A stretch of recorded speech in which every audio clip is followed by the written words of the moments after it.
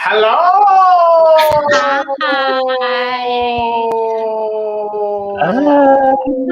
Hey. Hey, y'all. Hey, everyone. Welcome, everyone, to Borabish. We are the founding members of the Squirrel Theatre, and we're super excited to do an improv show for you virtually, our penultimate virtual show. In 3 weeks, we will be at the Caveat Theater in NYC doing this show live. Really? For the first time ever. Well, 2 weeks and 2 days. Yeah, 2 weeks and 2 days. I also wanted to correct you. Okay. I think that's a fair correction. Yeah. In 3, I'm not going to count that show because it's going to be weird. So 3 weeks and 2 days. So 3 weeks and 2 days. I'm going to count as our first show. That's where I'm inviting people. But actually, the first show is sold out. But I want to live in the present because that's what improv is about. And we're doing live improv. And if you like what's popping off in this show, by all means, fucking pay. Okay, you better drop it. Donate to the artist. Just fucking pay us, okay, please. We're a nonprofit theater. We have to be thankless, or not thankless. What is it? Just shameless and asking for money. We have so many things, but shame. We have none. Thankful. Thank you so much. I am full of shame. Speak for yourself. Shame overflowing. You gotta let that go. Or maybe joked in the chat before that Lou would host on his own, but he's really killing it. I mean, it was not a joke. It was not. Here I am hosting it, but also, we also run a full blown theater. So please donate to that theater. Oprah, if you're watching, please donate to the theater, Oprah. Oprah. For those who are watching, if you have any connection to Oprah or Stedman or Gail or anyone closely associated with Oprah Winfrey, we just love to chat with her. Universe.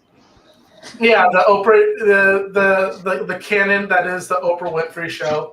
But yeah, we're gonna fucking do improv, and to get us going, we need a sweet suggestion from the audience. So if there's any word or phrase that's swimming in your head, just drop a hot word or two in the comment, and we'll create a show out of nothing. Yeah, give us a suggest. Give us a hot suggest. Dump it in the comment. If anyone is watching. Backseat Dreamer's there. I see. But they haven't given this suggestion. Oh my god. There we go. We got a yay. If everybody's out doing in-person things. I know. Yeah, enjoying the weather. Yeah. It was too hot today. It's very hot. Yesterday was really hot. Slippery! Yeah. Thank you, Backseat Dreamer. This show is for Backseat Dreamer. Yes, show's for you. Slippery.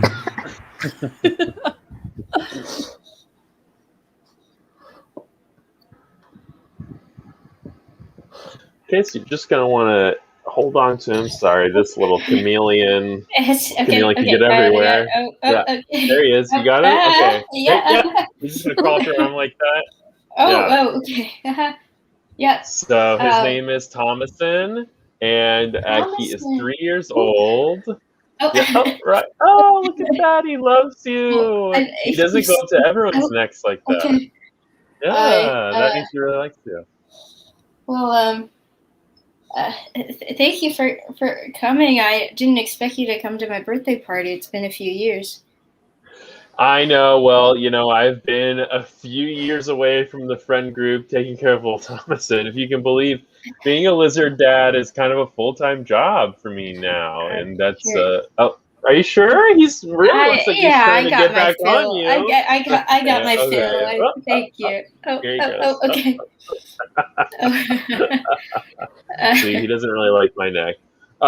So I haven't seen you for years, been taking care of all my lizards. Thomason is one of them. I have many, many more. Oh wow! But how have you been? Happy birthday! I've been okay. I've had better years, but it just means a lot to see you again. Yeah, it's been a really long time. Should give Thomason a kiss? I gave him 2 kisses while you were talking. Oh, okay. Well, that's nice. I'm glad you found. Oh, whoa! Okay. Whoa! I'm gonna have to go. He does take off like that. That's okay. Are all the windows like you threw him? No, they're all open.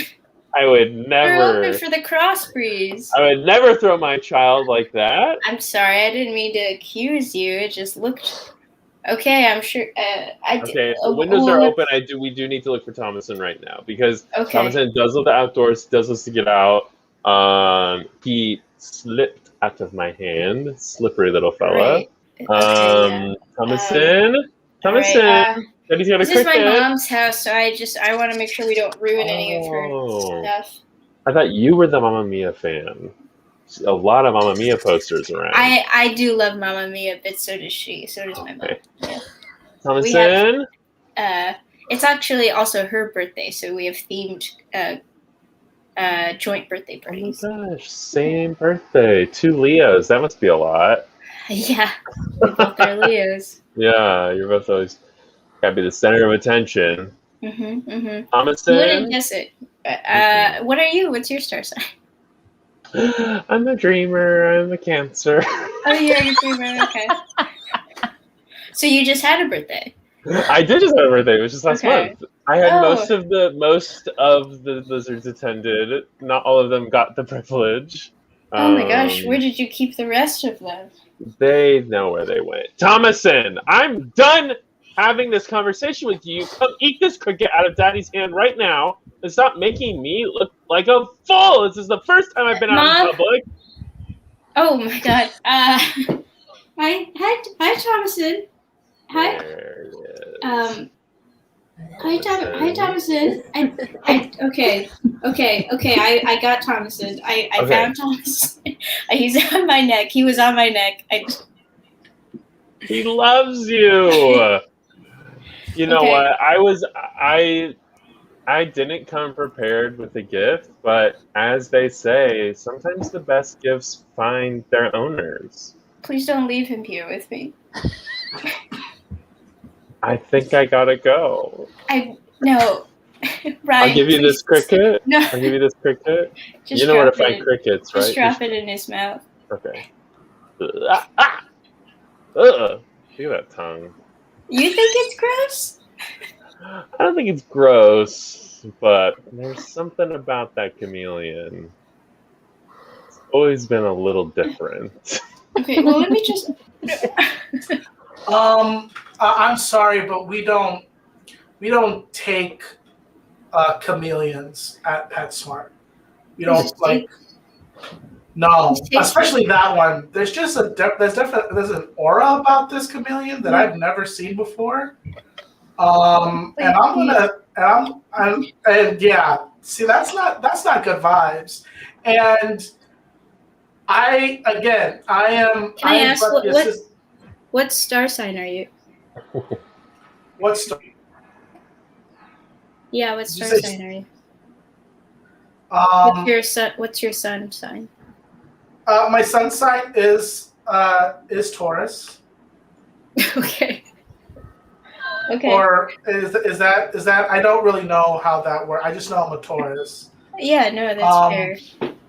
That's a nice grounded sign. You'd like something close to the ground, right? Like this chameleon. This chameleon seems very comfortable with you. I'll be honest. I feel like there's a connection here. Look at that. I You're can't- just I straight up can't- latched. You're straight up latched onto you. I can't. I think you're a chameleon person now. You No, know? I don't think so. I don't think Listen. so. Listen, I'm talking to a person who has a chameleon on their neck. I mean, what? It's hard to argue. Please.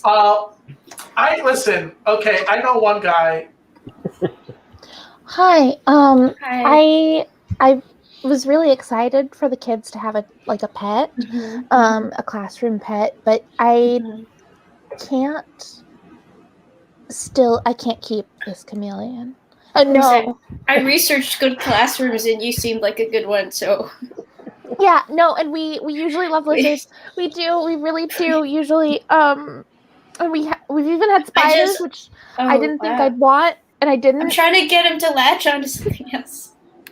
I don't want him to latch. So we keep having strangers coming into the school saying they've researched good classrooms and they found your classroom, Miss Erickson. Yeah. So I did a little Googling on my own. It looks like you made a web page for your classroom saying, we're a great classroom. We're the best classroom. Yeah. I wanted to motivate the kids.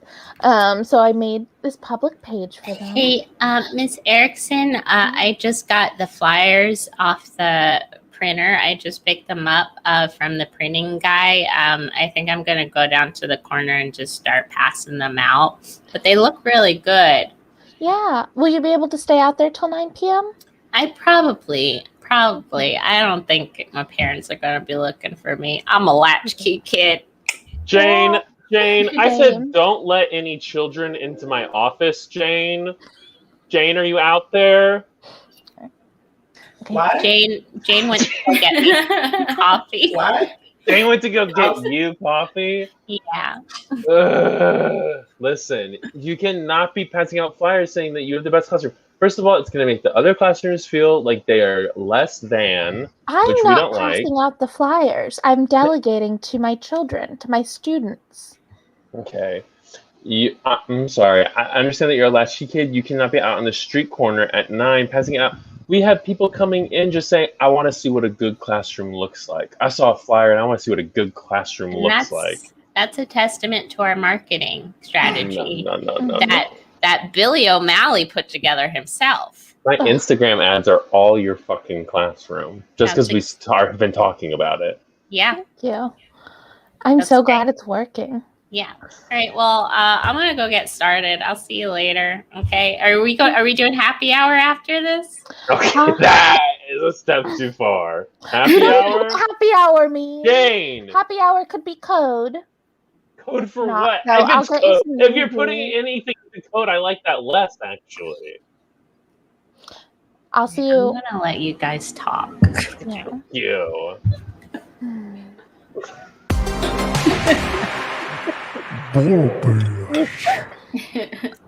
What do you mean it slipped out? What do you mean? It's a condom. It can't just slip like off of your dick and then out of my vagina. But it did. No, that's not. That's you. You didn't put it on right. Are you trying to put a baby in me? I would never. You better stop it. That's not something I would do. Okay? Okay, I because would like never. it's something I'm open to. We just have to talk about it. Listen, granted, we've been in a relationship for, I don't know, 8-9 years, but this isn't. That's not something that I want. I don't want. It's 9. You know that it's 9 years. So Yeah. Dawn did it. okay. I just learned Are you right sure? now. Because you've celebrated our anniversary every month on the month for the past almost decade. So I think you know. All right, you got me. Bernard. If you want to have a baby, I know how much you love me. If you want to have a baby with me, I'm okay with that. We just need to talk about it and plan. Oh man, what are these adoption papers doing on the floor? Who put those there? Okay. Just a random stack of adoption papers that are almost completely signed and Wow, annotated with different points where you could sign your name. That's wild. These are very organized. These are very organized. You even printed my name underneath where I sign it. You even did that part for me. This is fine. Like this is casual. This is casual. I know this is casual. This is not casual. This is not casual. This is a casual relationship. You know, I'm a forever playboy. You know, and I get it. You know, I'm trying to fight my ways, but I can't. I'm always out in these streets, and I want to apologize to you because I want to make a commitment. What streets have you been out in, Bernard? What streets? Well, the one by the courthouse where you could get a adoption paper. Oh, okay. Yeah, those streets. I also, Diane, who is a manager at Babies R Us, told me that you've been in there every day at noon, just at a Babies R Us, wandering around. I'm sorry. I like fun decals of giraffes and different animals. You know, that's who I am. I'm a freak like that. And how dare you make me feel shit? Okay, you got me. Okay, you got me. I bang got you. What do you mean? I want to have a sex dungeon in the basement, and I put a crib in there because I like pretending to be a baby, but a small one that I can raise and look in the eyes and know that I'm gonna take care of it. Bernard, because I'm a freak. There is no shame in saying I am ready to settle down. You don't have to hold on to this, you know, whatever persona that you're trying to give off right now. If you want a baby, let's talk about having a baby. You want to be a father, and I think that's really endearing. Let's talk about it. Anyone home? Oh, the fuck party started. Get ready, girl. Okay. Are you surprised? Buzz them in, please. Oh, thank you so much. Oh gosh. Oh, this baby's just killing me. Okay. Hi. Hi. This is Christine, your neighbor, or your neighbor's daughter. I'm pregnant. My mom said that I should come talk to you because you're looking to adopt. We literally just talked about this. I'm what? You completely misread that. Yeah, I'm sorry. Have you been talking to the neighbors about adopting a baby? I've been talking about the neighbors about having a key party. I've been talking about them about that. I can't do that with an adult. I will never do that with you. But I'm talking about people who have keys. You know what I'm saying? You were over yesterday for coffee. Yeah, because you know what? Marley makes a hell of an espresso. You guys got that legit machine. That's wild that you got that. Okay. Well, then I guess I'll have to go to that nice doctor family across the street. Man, fuck them. See if, well, maybe they want my baby. I actually think that would be best because we're really just in the beginning stages of talking about having a child. We don't know if we want to adopt. We don't know if we want to surrogate. We don't know if we want to conceive naturally. I'm telling you a lot, but I really appreciate this. That's okay. Wait a second. I'm sorry. Did you just came over here to offer us your baby? Look, I'm embarrassed, okay? But yeah, you seem like a nice family. You're both doctors, but like pediatricians. So clearly, I don't want to say you don't work hard. You do, but you don't, you'll be home. Honey, do you know this woman? Babe, let's do it. Babe, let's do it. It's a sign. You say everything's a sign. You had water condensation on the side of your glass this morning. You said that was a sign. It's a sign that the rain is gonna come. And what happened this afternoon? It rained. It did rain. I can't say you're wrong. It did rain this afternoon for about 3 minutes. Little light rain. Oh, that's not long. Okay, I guess we'll take your baby. Yeah, thank you for finding us. Thank you. Yeah, how'd you find us? I mean, I've lived in the neighborhood this whole time. Oh. I know you are all new. I know you keep to yourselves. But I keep an eye on the neighborhood. You know, I see who comes and goes, who stays, who leaves. Do you think I just realized those all mean the same thing. But I do know. Do you think we'll make it here in this neighborhood? Do you think we'll last? No. Okay. All right, that's a sign. That's a sign. Okay. I think that's for the best. We're taking your baby and getting out of here? Yeah. Okay. We're pediatricians. We can go anywhere. It's true. There are children everywhere. Mm-hmm. That's true. At a private practice. We could do private practice. You love that show. I love that show. It. So you're the riffraff? Huh? That's okay. You're the riffraff who's gonna steal that young girl's child?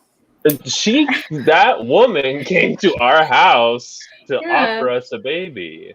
That's a common story. That's a common story. Oh, and I'll guess she just watched you and thought you were the perfect match for her kid, I guess, right? Well, that's what she said.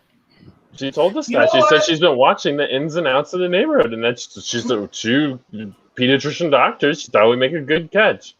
Maybe you're used to dealing with your clientele who don't really have the ability to gauge when someone's being a fool of. I'm sorry, are you the man that hangs out at the Babies R Us every day? What do you mean hang out at the Baby R Us? I shop. I am shopper of the week, so you better back up. Shopper of the week, okay. Yeah. Every week? Not every week. Sometimes I can't be there like that. Okay, I have a job. Okay? Listen, I'm gonna be upfront with you. You guys aren't gonna make it here. She told us. We're heading out. Oh, we're gonna find a new place to live. Okay. Is that it? Well, do you have anything else? If you don't like the kid, you could give it to me.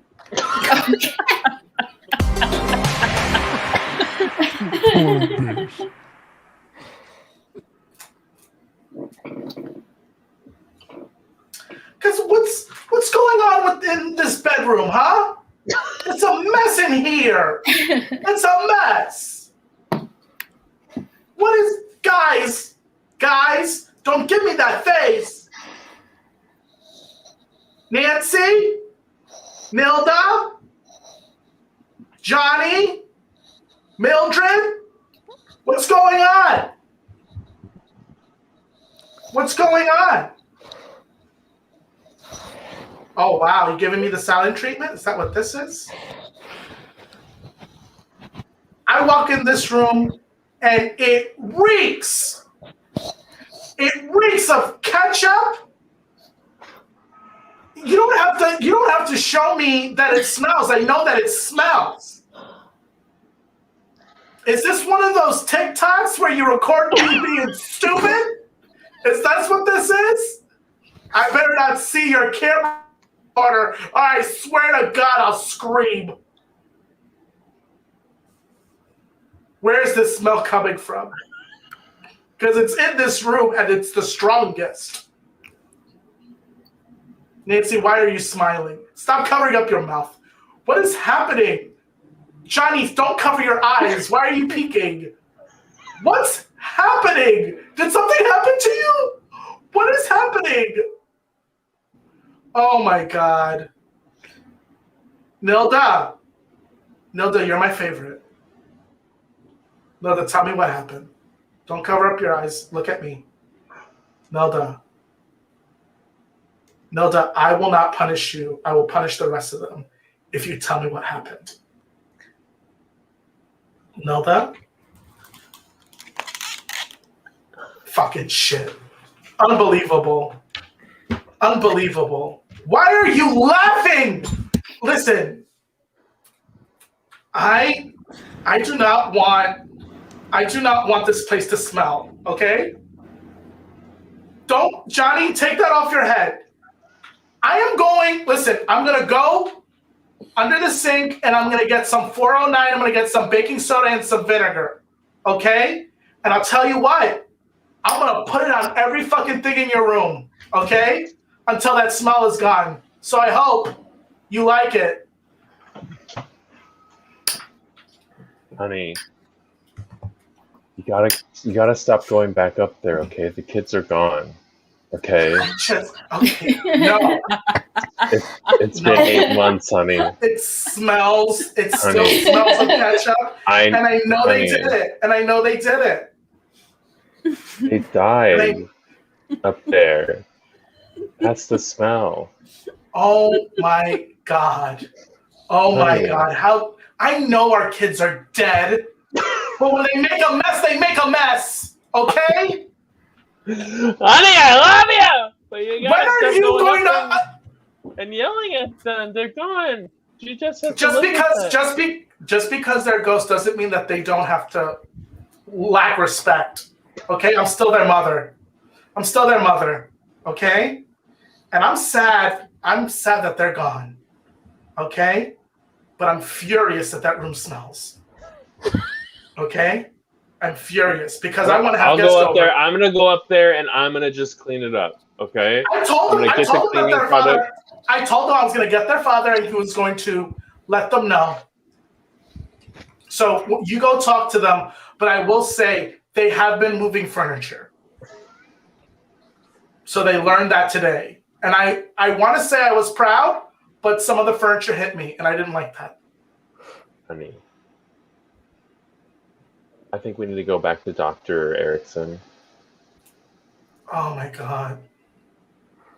You're ramming yourself into furniture, trying to pretend that our kids are still ghosts. They died in that horrific ketchup accident up in their bedroom. I fully know how they died, okay? Sorry, but it was really wacky, so I find myself saying it a lot. You don't have to say it was wacky, okay? Because it ultimately killed 4 of our children. Do I want to say 4 or 5? 4. You know how many children it killed. Okay. Well, technically, the coroner said that Johnny died of asphyxiation. That coroner is locked up now, okay? He said 6 kids died up there, and I don't even know where he got that number, okay? That coroner said a lot of stuff. He did say a lot of things, and it opened my eyes. I will say that. You cannot go back to his cult meetings. You cannot go back. They're not cult meetings. It is for grieving families. That's how they get you, honey. You should come. It's just $45 a meeting, and it is so good. Okay, welcome to my grief counseling meeting, where we talk about the dead loved ones that we know and try to bring them all back from the dead. Has everyone collected their chameleon skulls, their baby leather, and their own saliva? Has everyone gotten? My chameleon's still alive, but it does have a skull. Okay, well, we need the skull to be exhumed from the chameleon itself. All right, I'll be right. You have some choices to make. Okay, I'm gonna go to the other room. Yeah, do it in the do it by yourself. It's a personal situation. That was odd. Some people, I swear. She's gonna kill that chameleon in your kitchen. I know. And she better clean it up. She's gonna have to skin it. She's gonna have to. What's she gonna do with the big old eyeballs? What's she gonna do? The tongue. Can I say something? That chameleon had the most intense looks that I've ever seen from a lizard. Oh yes, that chameleon's possessed. Absolutely, I know a possessed chameleon. Oh my God, I knew it. So she's gonna have a hell of a time killing it. I don't want to have to do this. Please don't look. Don't look while I do it, okay? Just boy. close your eyes, okay? I want to go look. Oh, no! Don't do it to me! Don't do it to me! No! Ah! Well, Can we use Alex? her skull? yeah, I think we can. It's. I guess so. Yes. Yeah. Why not? Why not? I mean, I'm getting paid either way. Okay.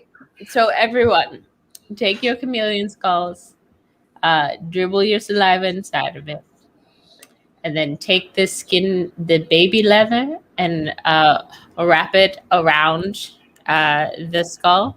And then I want you to whisper a little secret inside of it. It was. I just want to say it was really hard to find this baby leather. Yeah. It really was. You don't really find aged baby leather these days. People don't really make it well these days. But I got mine off of Etsy. So, did everyone whisper their secret? Yes. I don't really like sashimi. Can I have a question? If your secret is a very low stakes secret, would that impact the incantation in any way, or? Well, stakes are they're subjective. It's a secret is a secret. If it's something that you hold dear and have never told anyone, it's a secret. So, no, fortunately, I don't have to worry about that. Mine's very high stakes. I love that for you. I love that for you. What was your secret? Well, it wouldn't be a secret if I told you, would it? Got you. That's true. You're Got smart. you. You're smart. I got you. You're smart. What would be your second, your 1A secret? My 1A, like if I didn't have the other secret and I had to say what my second secret was, I would say I prefer Mamma Mia 2 to the first. Keep that one to yourself from now on. Okay? Keep that one to yourself. I want to say I'm so grateful for this group because when my children drowned in that ketchup, I didn't know what I would do, and getting to know you, and also spending close to $7,000 has been helpful. No one talks about it, but grief is expensive. Grief is a very expensive thing, and coping with grief is even more expensive. And some people cope by going to counseling. Some people cope by drinking. Other people they cope by trying to raise their loved ones from the dead. And we all have our ways. Oh my God! Here comes the chameleon, and it's got her skull. Oh.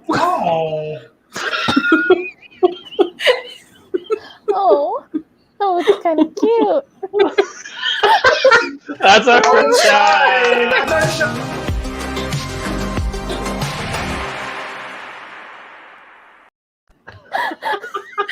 Alex bailed so hard on that. No. Not ready to commit on stage yet. I want great, but you know what? It was a glorious 4 seconds. I'll never forget it. Really was. That was our first half. Thank you, Backseat Dreamer. Thank you, Backseat Dreamer. We love you, Backseat Dreamer. We love you. Love it. Guys, you better look forward to one more show of this because we only have one more. And then we are out in these streets. We are in the Lower East Side at Caveat NYC for our residency. And there are so many tickets available for so many shows. So check our website, www.thesquirrelnyc.com for some sweet live shows We have so many great ones. I think we still have tickets available for the first Asian AF. Yeah, you don't want to miss that. You don't want to miss that. That's going to be hot fire. Not cold. Have you guys? What has been the one thing? Not cold. What has been one thing now that we are emerging back into life that you have done that was either just as good or better as you remember it, or what has been like meh so far? I went to the library to pick up a book, and it was just as good as I remembered. Yay! For just picking up a book. Wow. Yes. Wow. I have a prop and What did you everything. pick up? That's backward. Rachel Cushman. Wow. An essay collection that Okay. I didn't want to pay $30 for. There we Very go. fair. Yeah. I did a live show and it was weird. It was very weird, but I guess I gotta get used to it because it's gonna happen every week. That's right. If you want to get caked and weird, come to a squirrel show. They're gonna be Oh, real weird, y'all. I did something. I went on a first Bumble date yesterday. Whoa! And how was it? Okay. It was okay. Are you gonna see it? Are you gonna see them again? I don't think so, because at one point she said her dad had passed when she was 18, and then I asked about who she lives with now, if it was just her and her mom, and she goes, yeah, and my dad. And I was like, did I mishear at some point? So I can't see her again. Have to cut it I've off. always instead of a follow-up question, I've always just ended relationships. Yeah. I can't clarify this. I don't want to clarify this. You're dead to me. Thank you. I've been there. I love that. Maybe she said, That's exciting, though. my dad cried when I was 18.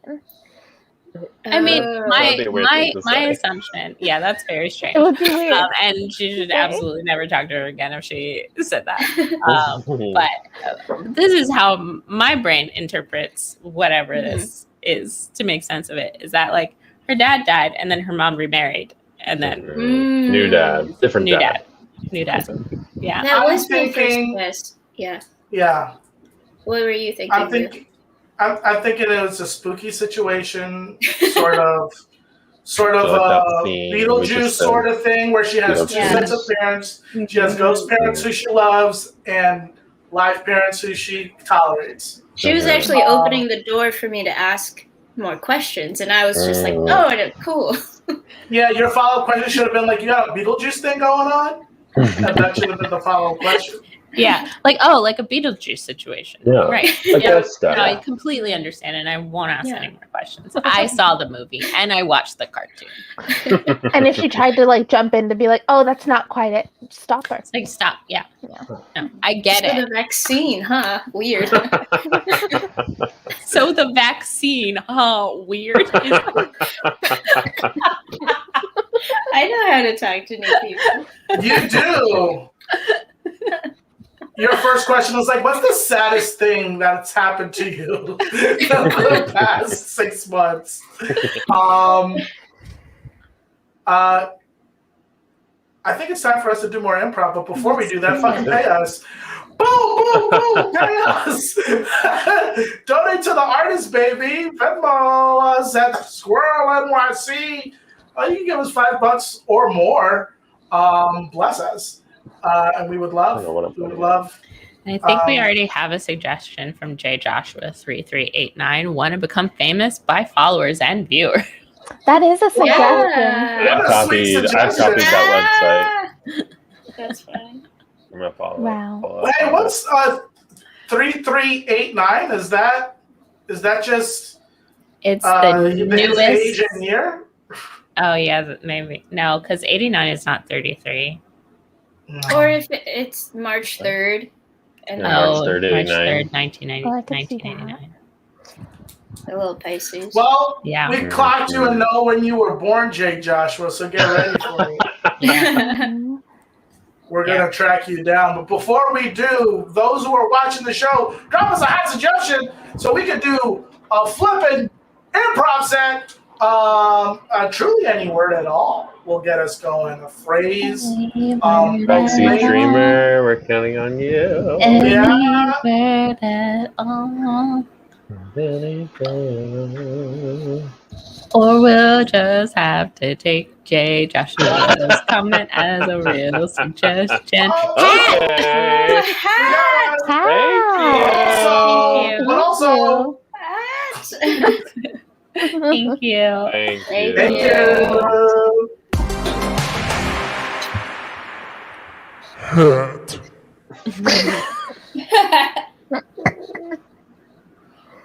I don't really know my size. Can I just like try out just what you have and just put it on my head, and then that'll like I'll just throw that on my head. But you're like, you're behind it. So. You don't simply just throw my hats on your head. That's not how my shop works. That's not how my works of art work. Okay. It's just that you're wearing several hats. And so I just figured Because they there all was speak just- to me. okay. They all speak to me, and now they all are a part of me. I've never taken off a single one of these hats. I've only added hats. And that is the effect that my hats have on people. Do you understand what I'm saying? That your hats are so important to you that you don't take them off? It's not that they're just important. It's that they are a part of me. And I want to give you something that's a part of you. Now tell me what your head size is, because I don't have measuring tape. Okay. I feel like we're kind of like a snake eating its own tail sort of situation because as I said before, I am unfamiliar with the size of my head. It's interesting you say that. A snake eating its own tail, because in my mind, it's the tail eating the snake's own head. Can you explain that to me, or are you just being an asshole? I believe that the head is tastier than the tail. What is there to explain about that? Rodolfo, I simply must have another hat. I wore your hat to tea service today, and all the ladies flipped for it. But now I have a big gala to attend tonight, and I simply must have another one to put on top of it. Oh, Lady Crustantine. Oh, gosh, you look ravishing. You look ravishing, and I have just the hat to add on to that tower that's on top of your head. Let's see. This one. It is a knockoff New York Yankees ball cap. Place it atop. How do you feel? It fits perfectly on top of the beret. I look gorgeous. I look like a French Derek Jeter. Thank you, Rodolfo. Thank you. I can't thank you enough. Goodbye. Off to the gala. You see? You see how I work? Yeah, you just gave her a new era Yankee hat. I feel like it's a bootleg. It's not quite new era, but I apologize. No, it's okay. It's all right. I think I solved it while you guys were talking. I was feeling up my head, and I'm this big. Okay. I'm this big. My head's this big.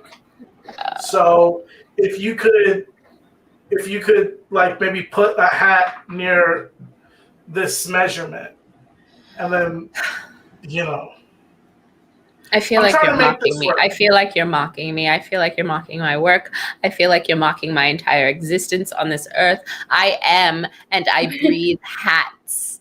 And all you are doing is wasting my time. Do you know whose heads I adorn on a daily basis. I put hats on Jay-Z. I put hats on Jimmy Carter. I put hats on Don Johnson. I put hats on Dom DeLuise. May his soul rest in peace. But guess what? He still comes in here for a pork pie hat. He rises from the grave for a pork pie hat. Okay, all right. Hey man, what's with the tiny hat on your head? It's part of me now. It's who I am. What? It's like a tiny little top hat. It looks tiny as fuck, bro. Yeah, it's a tiny little top hat, but I feel like, it speaks to who I am.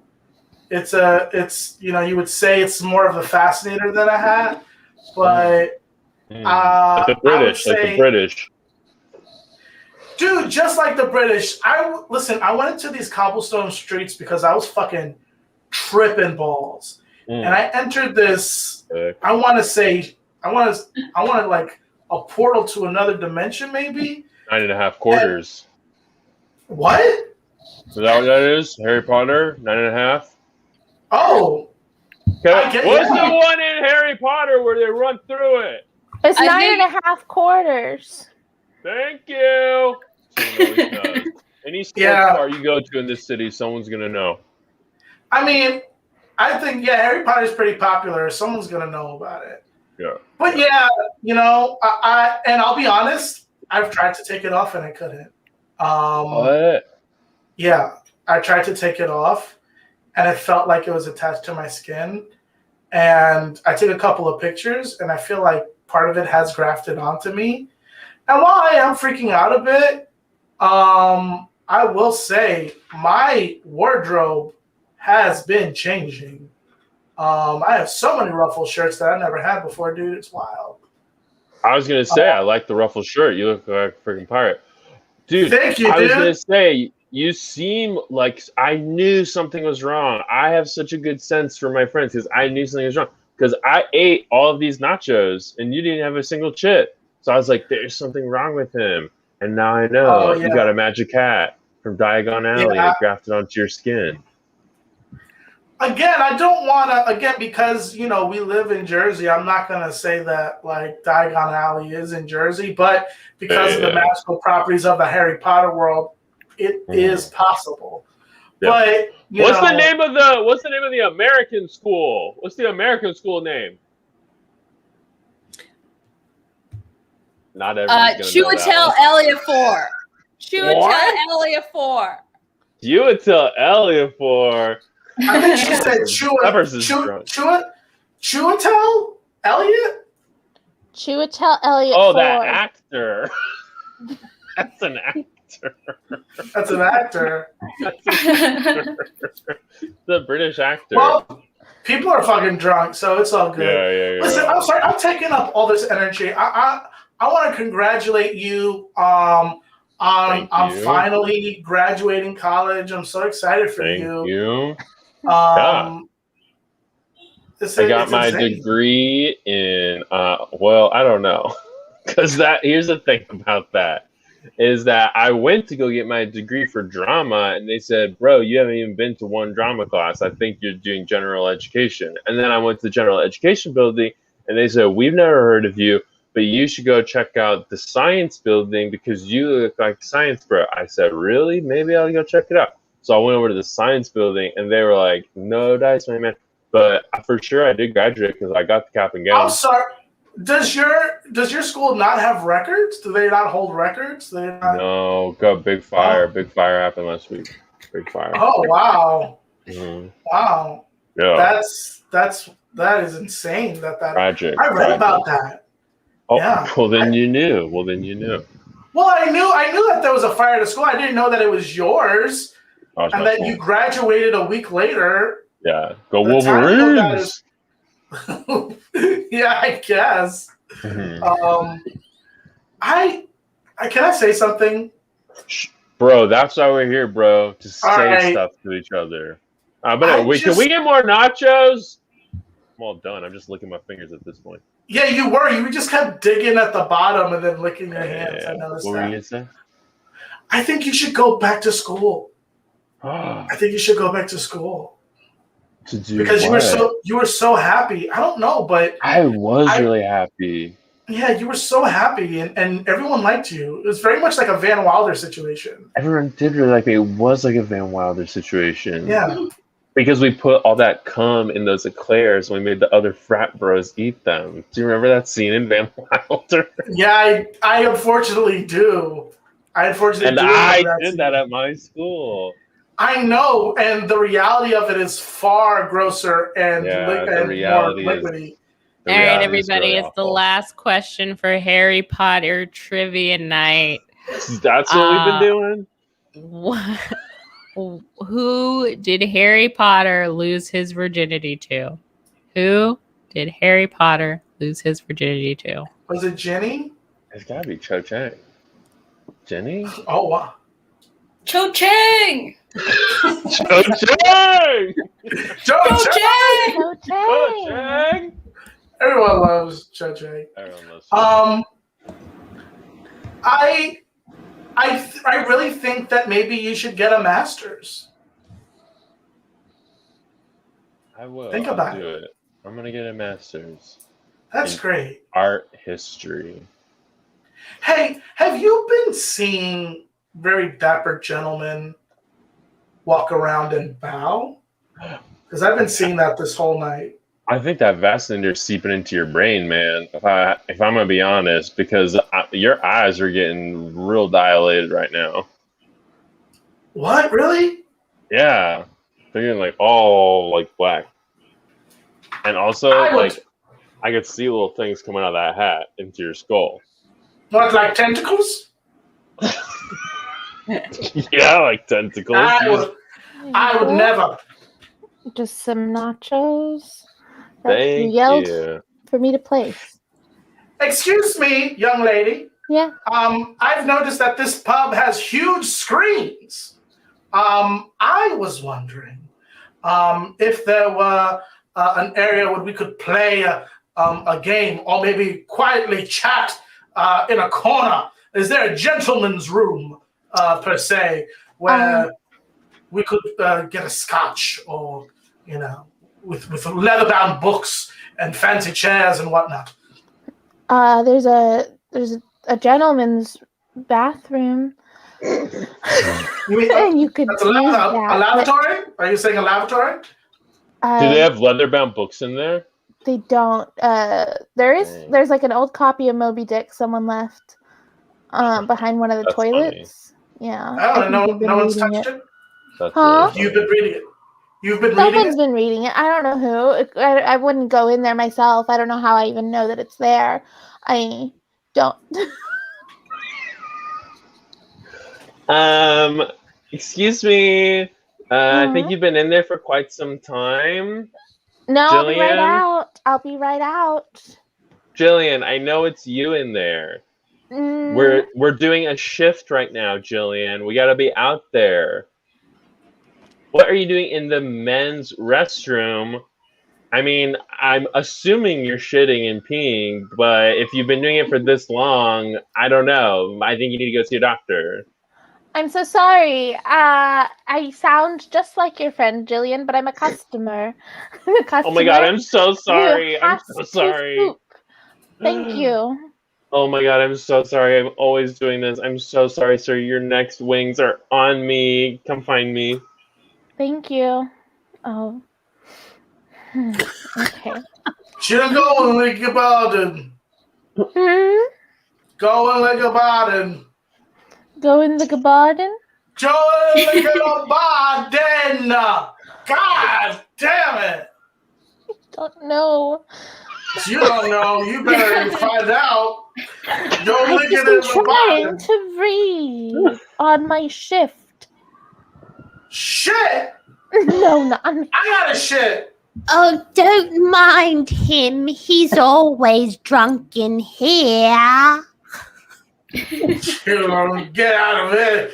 I'm just the ghost of this bathroom in the bar. And I see every man come in here and take a little week. I've never seen a lady read a book in here, though. What are you reading? I'm reading Moby Dick. Fuck, I'm on the wrong button. Excuse me. That seems very on the nose. But it's not in a way. I heard it's a classic that people actually could read, and it's not that bad. It's not that bad of a classic. Who are you anyway? You sound like Moaning Marriott. That's me. I'm Moaning Marriott. I'm the heir, or I was the heir to the Marriott Legacy Hotel. But I've gotten trapped because I accidentally flushed myself down the toilet. I've always been scared that happened to me. It happens. Hey, I'm really sorry, but the technical term for it is pee shy, and I've been standing at this urinal now for about 6 minutes. I cannot go while y'all are having a conversation like this. Okay. I'll be quiet. Thank you. I'll be extra quiet, except I'm going to hum a song. Hum, hum, hum, hum, hum, hum, hum. It's not how humming works. Hum, It's not hum, humming. hum, You don't hum, say the word hum, hum when you hum. Hum, Put your lips together and you sort of like hum. let the sound move through. No one's ever taught me how to hum. Aww. So this so is how I sad. do it. Aww. And you were an heiress? Yes, I was an heiress to the Marriott fortune. Well, I guess she was done reading Moby Dick. Oh no, I flushed. Oh no. Oh no, the toilet's got me. Oh, no. I'm going to have a friend. She flushed herself down the toilet. It hurts. But yes, most people think the only dynasty in the hotel game are the Hiltons. I'm sorry. I'm going to just go outside and piss against the dumpster, okay? I've had enough of this. Excuse me. All right. Goodbye. Excuse me. No problem. You should still wash your hands. I didn't do anything, so why would I wash my hands? You pulled your pants down and you touched the door. You should wash your hands. Oh, I gotta wash my hands every time I touch a door? I think I touch doors all day. No, I'm vaccinated. I don't have to wash my hands anymore, okay? That was 1 year of my life where I had to wash hands, and I am done with it. You think I'm saying happy birthday this year? Jesus Christ. Out of my way. I'm trying to move through here. You can walk through me. I don't walk through you. That's so do it, please. ungodly. It's the only contact I have. No. Do what are it. you Walk play with your through friend? me. Okay. Oh, you bumped me. You're here already. Okay, goodbye. Now I'm dead. Oh, it's not so bad. It's only bad when people take dumps in here, which is pretty often. Yeah, we serve some heavy fare. Mm-hmm. I can't hold books anymore. Hey, I'm sorry. I just come in real quick from trivia because I don't know this answer. Does anyone know what house Lupin was a part of at Hogwarts? Lupin? I guess it'd be Raven.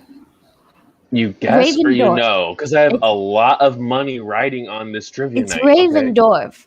Okay? Ravendorf? How do you spell that? Raven? Like it sounds? Raven and then Dorf? And then dwarf. Like Dwarf or Dwarf? Dwarf. Like a gnome. Bro, Okay. come back out! I got it! Okay. You got it. Well, that's pretty much the highlight of being Oh, you son of a bitch! You stupid! Oh, You gonna go there and put it. You won't get it and put it.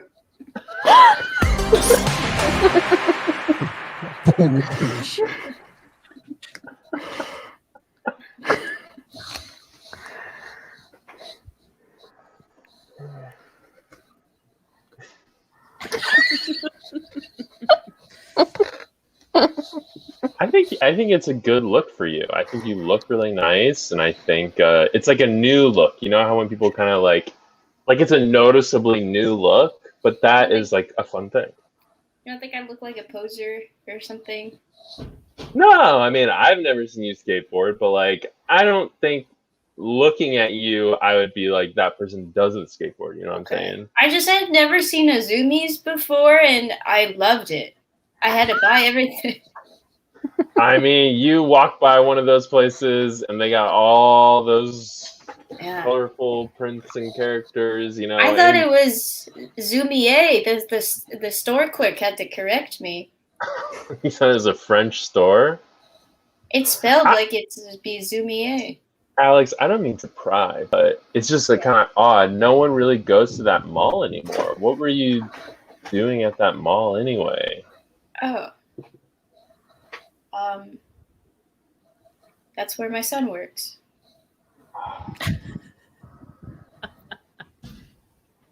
I wanted to see if I could catch a glimpse of him. You know you're not supposed to go and I know contact your son. I know, Patrick. I didn't contact him. He doesn't even work at the Zoomies. He works at I would hope not. Food court. Yeah. The fact that you even know that he works at the food court is I don't already know which too much. Store. I didn't get close enough to figure because they're all food kind court. You just have to look around, and you could probably figure out pretty quickly which one he worked at. Okay, well, I couldn't. I'm not a detective, so. That's right. You're not a detective. I am. Are you gonna use this for work? For your job? I'm gonna use this for work. I'm gonna apply this to all the cases I'm working on right now. No. I thought this would be like friend confidential. When you're a detective, nothing is friend confidential. But anyway, I love the look. I don't have a son. I don't know what you're talking about. No, okay, I know you don't have a son, but okay, so, right, your husband was murdered. Yeah. If your son worked at the food court and you were going to see him... I would never let my son work at a fucking mall. I ain't doing that. Okay, I think it's fine to work at a food court. Okay. Okay, I'm sorry. My friend just laid a really big... Are you drinking an Orange Julius? You know I am. Just because I find the work deplorable doesn't mean I can't enjoy a food court. You are sick. That's a sick and twisted point of view. I'm sorry. I just had a friend who told me a thing, and I've been trying to use it all day, and it hasn't worked for any case, and I thought it could work for this case. So anyway, your husband's been murdered? Yeah, I'm pretty sure he was murdered. You're pretty sure he was murdered? Yeah. Because... I mean, that's his body right there, isn't it? Yeah, that's his body. It looks like he was murdered. Thank you. That's what I thought. Okay, who's saying he's not murdered? I want to talk to that person. The fucking dude that was on top of him when I saw him. Your husband wasn't. I didn't murder him. He wasn't murdered. I think he's just. Who is this person? I don't want to give my name. Can you give me their name? No, because they didn't want to give it. I'm trying to help you here. That's why I told you. I was like, let's get to the bottom of this. I know, but you got to help me help you. You know what I'm saying? No, I get it. Okay, since it's settled that he wasn't murdered, and as a knife sticking out his back, I think he was murdered. I'm a detective, and I think that you did it because you seem to be lying about it. Oh wow, I was not thinking that. That's banana. Oh my god, I'm so insulted. Do you know how you've insulted me? I'm sorry. Thank you. You're right. Thank you. You're right. Okay, I'm just gonna pull the knife out because he's. Don't touch it. Don't touch it. You can't touch the knife. It's the prints. I'll use a nap. Well, you can't keep the knife. I can't keep the knife. I'm gonna say, who is this person? Who is this person? This was the person who was on top of my husband when I walked in the room. Oh my God. How many times do I gotta tell you? We need to get to the bottom of this. Okay, you did it. You did it. I didn't do I did not it. do it. I didn't do it. I'm not saying you did it. I'm saying you did it. Don't accuse Ooh, this plot twist. person just lost their husband. I'm You're not accusing accusing them of murder? Listen, I've seen Knives Out over 8 times, okay? So none of this fooling me is gonna work. I love Chris Evans' sweater in that. Where you Oh get my it? God, he looks so good in that He sweater. looks so good in that sweater. I want that sweater. I want that sweater. I got my prints all over the knife, so you don't want it anyway. Oh. I'm just gonna head out. Now it's all weird. Now it's Yeah. weird. See? Hey, You made it weird.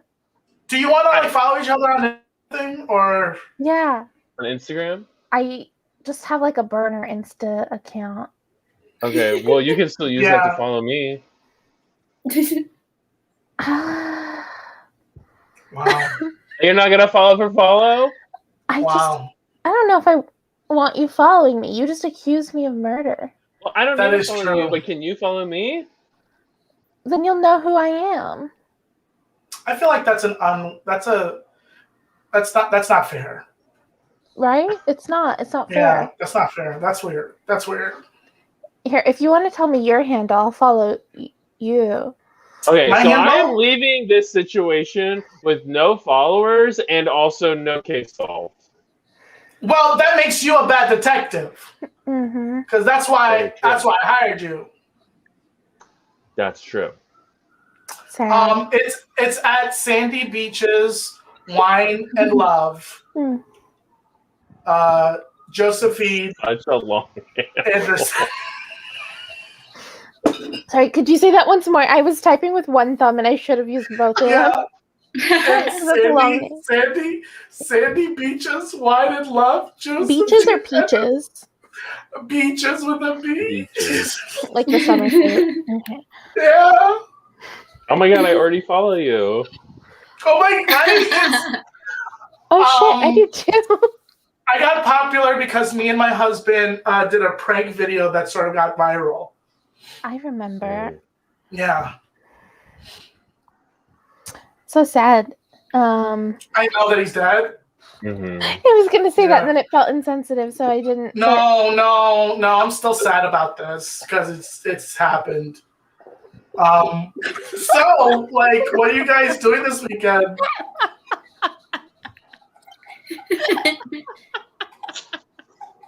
I don't have plans. Well, I mean, if this gets handled, I should be free, but this could take up some time, you know? Yeah. Yeah. Well, I'm gonna make like a nice breakfast for some folks on Sunday. For some folks. Okay, fancy. Okay. Make your own brunch. Yeah.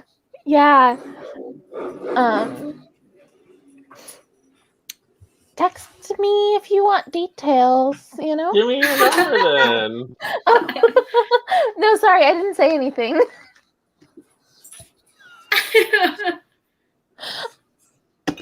I can take a hint. Thank I'm a you. detective. I mean, murder, that's no small thing, okay? Chief, is it okay if we take the body out of here now, or? Sure. The dog's really upset, and the dog doesn't really like the Yeah, the dog's kind of licking the blood. The dog actually is Jane, weird. I said don't let dogs into the crime scenes. Sorry. Esteban Ramirez Henderson, you come down. You come down from there. You don't touch my petunias. Yeah, you can get rid of the body. Maybe put the knife back in. It's a so family sad. heirloom. It's a family heirloom of yours. It's your family heirloom. Yeah. Oh wow, what a coincidence! You killed this man. I did not kill him. I saw Knives Out. I'm simply taking the knife that is a family heirloom. But do you want to steal my belongings? You accuse me of murder, and now you want to steal my belongings? You want brunch gaslighting me. invitations? I mean, You want my that's phone? not brunch cool. invitation. Wow. Okay, I shouldn't be allowed near my son, but they let you be a detective? Yeah, that's really fucked up. I really fucked that up, and I'm still a detective. I went Did back to report. The next question for Harry Potter trivia is Voldemort circumcised? Yes, he is. Voldemort circumcised? He is. He is. Uncut! What? Yeah, he's actually uncut. It's true. Right, the bar where they shout out all the answers, so there's not really a point in writing anything down. Oh yeah, I forgot about that. That's this bar. Anyway, did those skate teens they beat you up and stole all your money? Yeah. So, can you spot me? Sure. Yeah. How much you need? Well, this is my 5th drink. Holy shit! I want to be good at trivia. Oh no! Oh no! Oh no! Oh no! What? Oh, you're hitting me! You're hitting me! Sorry, you both look crazy. Oh, get him off of me! Ah! Oh.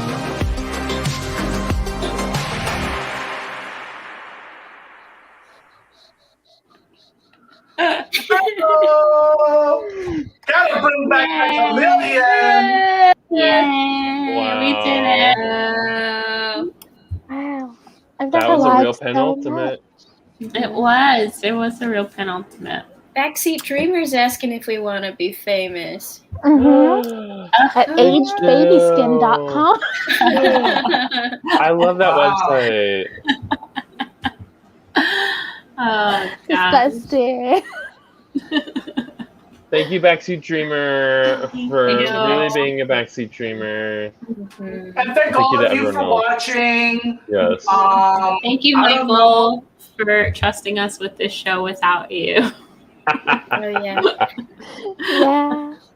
And most of all, thank those who are going to give us money, because you better fucking pay us! Wow, wow, wow, wow, wow. There he is. There he approves! Wow. He approves! Yes. He says He yes. approves. He loved it. He loved the show. Guys, stick around, because we have a great show right after this one at 9:30. It's alternate movie history. A group of comedians got together and exquisite corpsed a whole movie from scratch. And this one was The Amazing Spider-Man, set in the 80s. And we have some really wonderful performers who are going to do a table read. And some of us folks were involved. So maybe check it out and maybe see some of our work. But that's coming up right here. So stick around. In the next 10-ish minutes, you better get ready for her. But speaking of getting ready for things, you better get ready to come see us live at Caveat NYC. Go check us out at www.thesquirrelnyc.com, where we'll be selling tickets. And also take classes. Sign up for classes. Also take classes. And also take classes. Yeah. Sign up for classes. Podcasting class, improv classes, sketch classes. Yes. Character classes. There is a workshop. There's still spots for a workshop with Eugene Cordero this Saturday. Oh.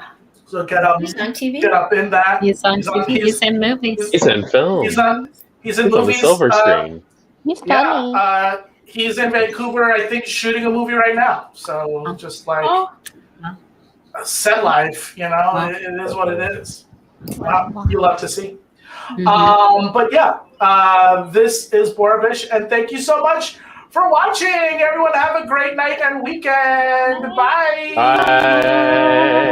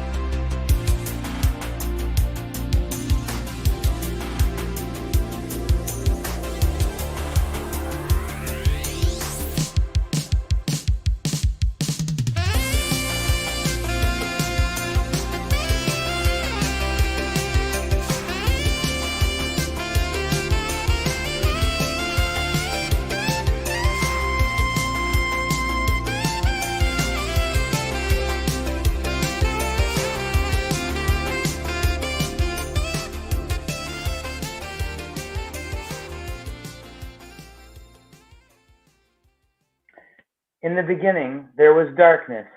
Then God said, let there be light. Then came the water, the trees, the animals, the mountains, all 4 seasons. And then on the 6th day, God created Adam and Eve. On the 7th day, God rested. And then on the 8th day, God created movies. He created the Bijou Multiplex on the west bank of the Garden of Eden, which Adam and Eve both had to run and operate as fully working establishments. 4 screens, open 7 days a week, with a matinee on Saturdays and Sundays. Then one day, a snake slithered into the Bijou of Eden and convinced Eve to take a bite from the concession stand of knowledge. Once Eve ate from the stand, she realized she was completely naked and convinced Adam to eat some bunch a crunch so that he may realize the same. God came into the theater and noticed Adam and Eve wearing blue polo shirts with name tags that say, hello, my name is Adam, and hello, my name is Eve. Who told you to wear those? Said God. The snake made us eat from the stand, said Eve. But this has nothing to do with our show tonight. Welcome to Alternate Movie History. I am your host, the Movie Maestro. I come to you from Earth 2.0, an alternate Earth not unlike your own, and it's in terrible danger due to a thread in the space-time continuum being altered. Some of our most beloved movies are disappearing from history, like Marty McFly's family in the Eric Stoltz classic Back to the Future. I have come to your world where I assembled 18 of the funniest writers to try and rewrite Spider-Man 1985. In your world, Spider-Man movies have been helmed by your greatest filmmakers, Sam Raimi, Mark Webb, writer-director of 500 Days of Summer, and most recently, John Watts. In my universe, Spider-Man was released on May 20th, 1985, a Steven Spielberg classic. A classic that's up there with other Spielberg classics. Indiana Jones, starring Tom Selleck, E.T., starring Leo DiCaprio, and Jurassic Park, which I understand in your world is about dinosaurs. We are very lucky to have this reading thanks to Squirrel Comedy Theatre.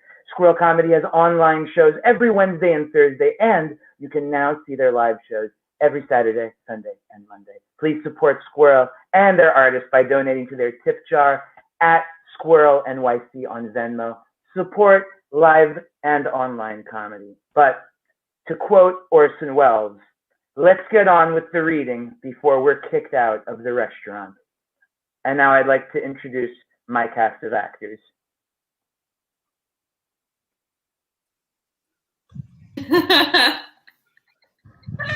Hi. What's up? Hi. Thank you. Thank you for joining. Thank you for joining. Now, without further ado, let's begin. Spider-Man 1985. Exterior 1980s NYC night. Title New York City 1985. Exterior dark alley night. 2 men are walking by a dumpster next to a bar door. The sign reads, The Manhole, Gay Bar. The neon lights of the sign and city reflect off puddles in the alley. Faint club music plays from inside. Yeah. Any chance you got more cocaine? Yeah, I have lots of cocaine. The guy I met at the Bowie concert gave me his leftover. Yeah, that's awesome. Bowie's my favorite artist right now. I like his brown hair. Let's do some of that coke. Let's do some of that coke. I'm hip to that. Man 2 brings a bag of cocaine out of his pocket and hands it to Man 1. He pulls out a set of keys. Wait, what if the coke bloke is out tonight? The coke bloke, or the 8-foot tall British guy who steals cocaine from people and like kills them? That's a myth. No way. I was in my house listening to David Bowie, and I saw him skipping down the street really fast. That's his thing. Whatever. Man 1. You're probably just seeing things. Man 1 takes a bump of cocaine from his key. Oh, Yes! That's some good stuff, man. That's some good stuff. Cut to a shot of them from further down the alley. The sound of fast, jaunty footsteps echo throughout. What was that? What was my man? You're being paranoid. Just do some coke. Just do some coke. Man 2 looks around nervously for 1 second before taking a bump of coke himself. That's what I'm talking about. Now let's get back in there and get some dick. Cut to a large man skipping very fast down towards them. The man lands between them at the door. He's about 8 feet tall with a large trench coat. It's the coke bloke. Cheerio. The coke bloke smashes both the men's heads together very hard, and they are knocked unconscious, perhaps dead.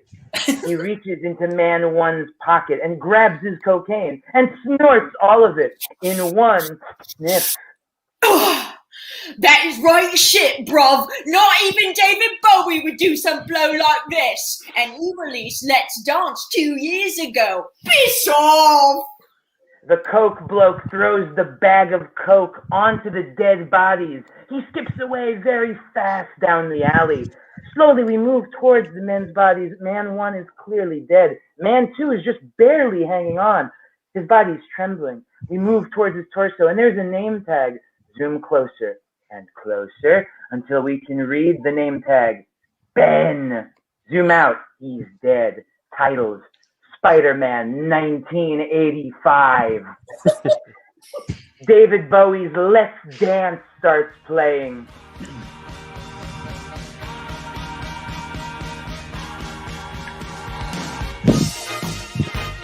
Exterior NYC day. Flying shots from the street level. Let's Dance keeps playing as Spider-Man swings from between the Twin Towers.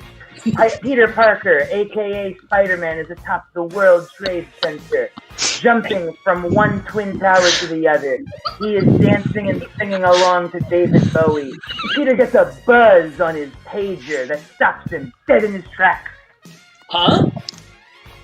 The pager reads, Peter, come home ASAP. It's about your gay Uncle Ben. Love you, your gay Uncle May. What the heck? The song builds until the dance break. Just as it drops, Peter launches off the World Trade Center and starts to fly through the city to get back home. We vary from street to sky level along with the beat. As Peter is swinging and flying through 1985 New York, we pass Times Square and briefly see a big screen with a talking head news anchor.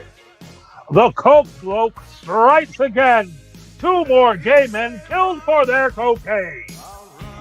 Exterior, residential neighborhood, day. The song starts to fade as Peter flies from housing rooftop to housing rooftop. Peter lands in front of Uncle May's house, where he lives too.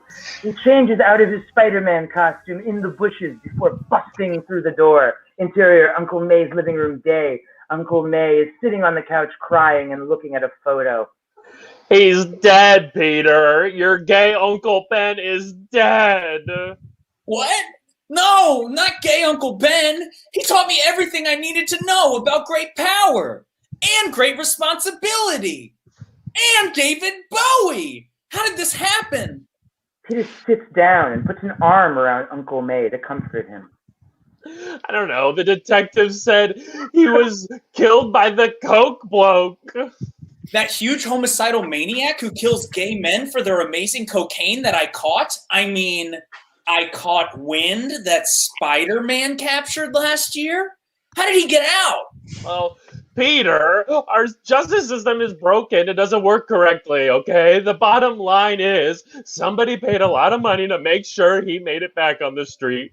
And now your gay Uncle Ben is dead, along with his awesome cocaine connection. And I'm not even sure what to do now. And I don't even know where to start. Don't worry, Uncle May. I do. David Bowie's Fame begins to play. Exterior, Herald to Times Square, night. Overhead shot as we make our way from Herald Square up Broadway, through the lights of Times Square, and make a sharp left. Spider-Man falls into frame and onto the roof of a building, seemingly covered in glimmering lights and colorful arrangement.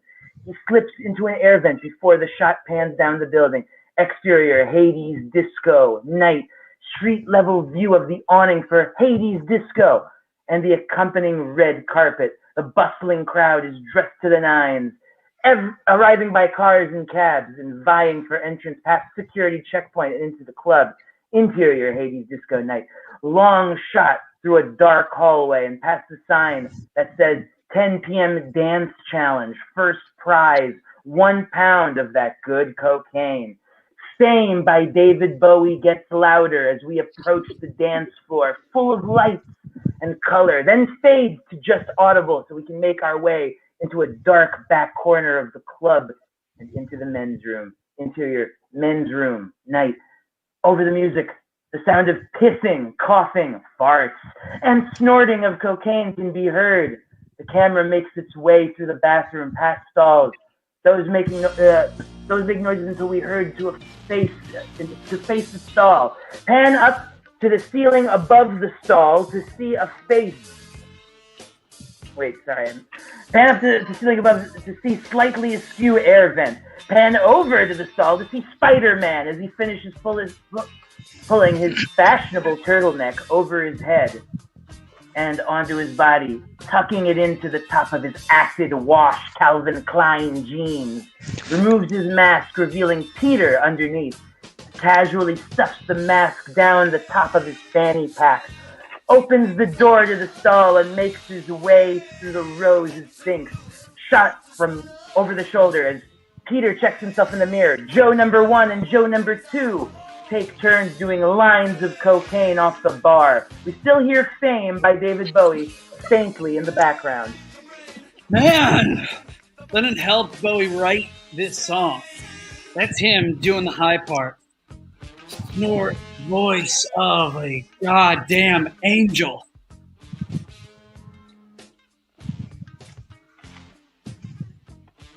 Man, this coke is bullshit. Why can't we find any of that good cocaine? That shit was awesome.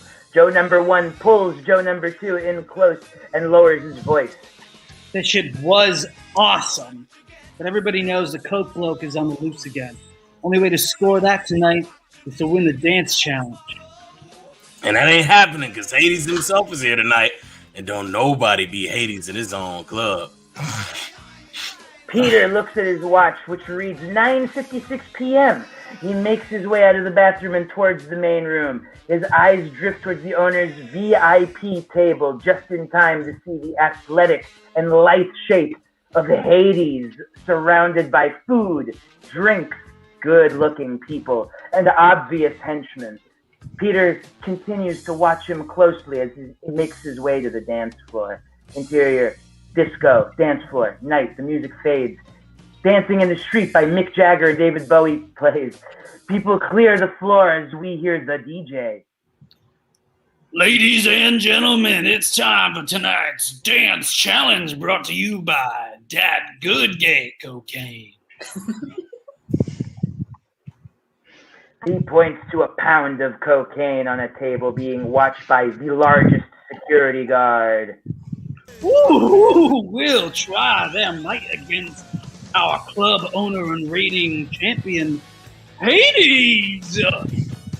Peter steps onto the dance floor along with 5 other challengers. A dance montage ensues. The competitors try to match each other dance move for dance move. They do the mash, the potato, the twist, the bop, the footloose, until Peter is the last man standing. Hades gets up and makes his way to the dance floor. They stand toe-to-toe and begin a killer one-on-one dance battle. They robot, they breakdance, they moonwalk, and they electric slide.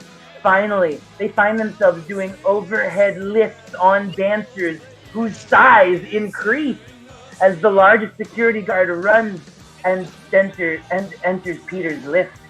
Peter, as Spidey sense goes off, and a booming voice fills his ears. Oi!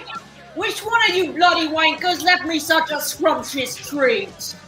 Coke bloke stands over the pound of cocaine, gathers it all and inhales it in one whiff straight up his nostril as Peter struggles to support the weight of the largest security guard, who is oblivious to everything except the pretty ballerina moment he always dreamt of, yet never imagined was possible.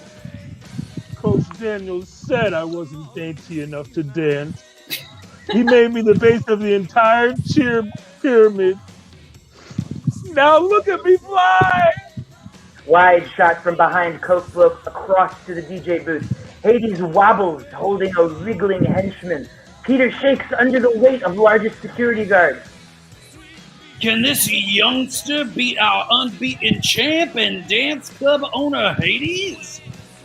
These two dance challenge finalists must hold these last lifts for a count of 5. The crowd joins in with the DJ. 4. We close up on Peter's sweaty brow, then pan up Hades' shaking legs to the henchman he holds floundering around. I'm scared of heights. How? It's 6 feet off the ground and you're 6 feet 5 tall. The disco ball disorients me. 3. Why are you two still competing? I just snorted the prize. Good Coke. 2. The wriggling henchman throws up. Hades drops him and storms off. 1. We have a new champion. The security guard steps out of the lift and starts to pirouette. At the same time, the Bowie Jagger dancing in the street track transitions into John Williams' rousing orchestral piece. Kid, you made my dance dream come true. Dance. Peter looks at Hades, Coke Bloke, and the henchman and heavies. and heavies. On a tabletop using his sweat, he draws the dance floor angels and sums. He looks up, smiles, and nods and starts to dance. I don't even believe it. How does that unk twirl so quick? It's a centripetal force, part of Newton's second law. What is centipede force? The centripetal force acts on a body moving in a circular path and is directed toward the center around which the body is moving. The security guard is now on point and getting quicker and quicker. He bumps into and knocks henchman down. Blimey, he's getting faster. Using his toes instead of the ball of his foot gives him a smaller base and he can turn quicker. Stop him. He's destroying my club. You'll also have to stop momentum, kinetic energy, inertia, and acceleration. They're all helping him go faster. The largest security guard knocks more henchmen to the floor. Who's this snotty science geek? Peter twirls faster and faster until he becomes a blur. He leaves the dance floor and hides behind a red velvet sofa to remove his acid wash Calvin Klein jeans and his tight turtleneck to reveal his Spider-Man suit. He takes his mask from his fanny pack and puts it on. Look, I can grant it today. Spider-Man hides his clothes by the sofa and twirls rapidly. Hey, 80s. I came to 80s nightclub to talk business with you, not watch some dance show. Let's sort that kid out first. Spider-Man twirls around Coke Bloke and uses his web shooters to tie him up. Spider-Man stops across from Coke Bloke. Ugh, F you, Spider-Man. You got me a second time.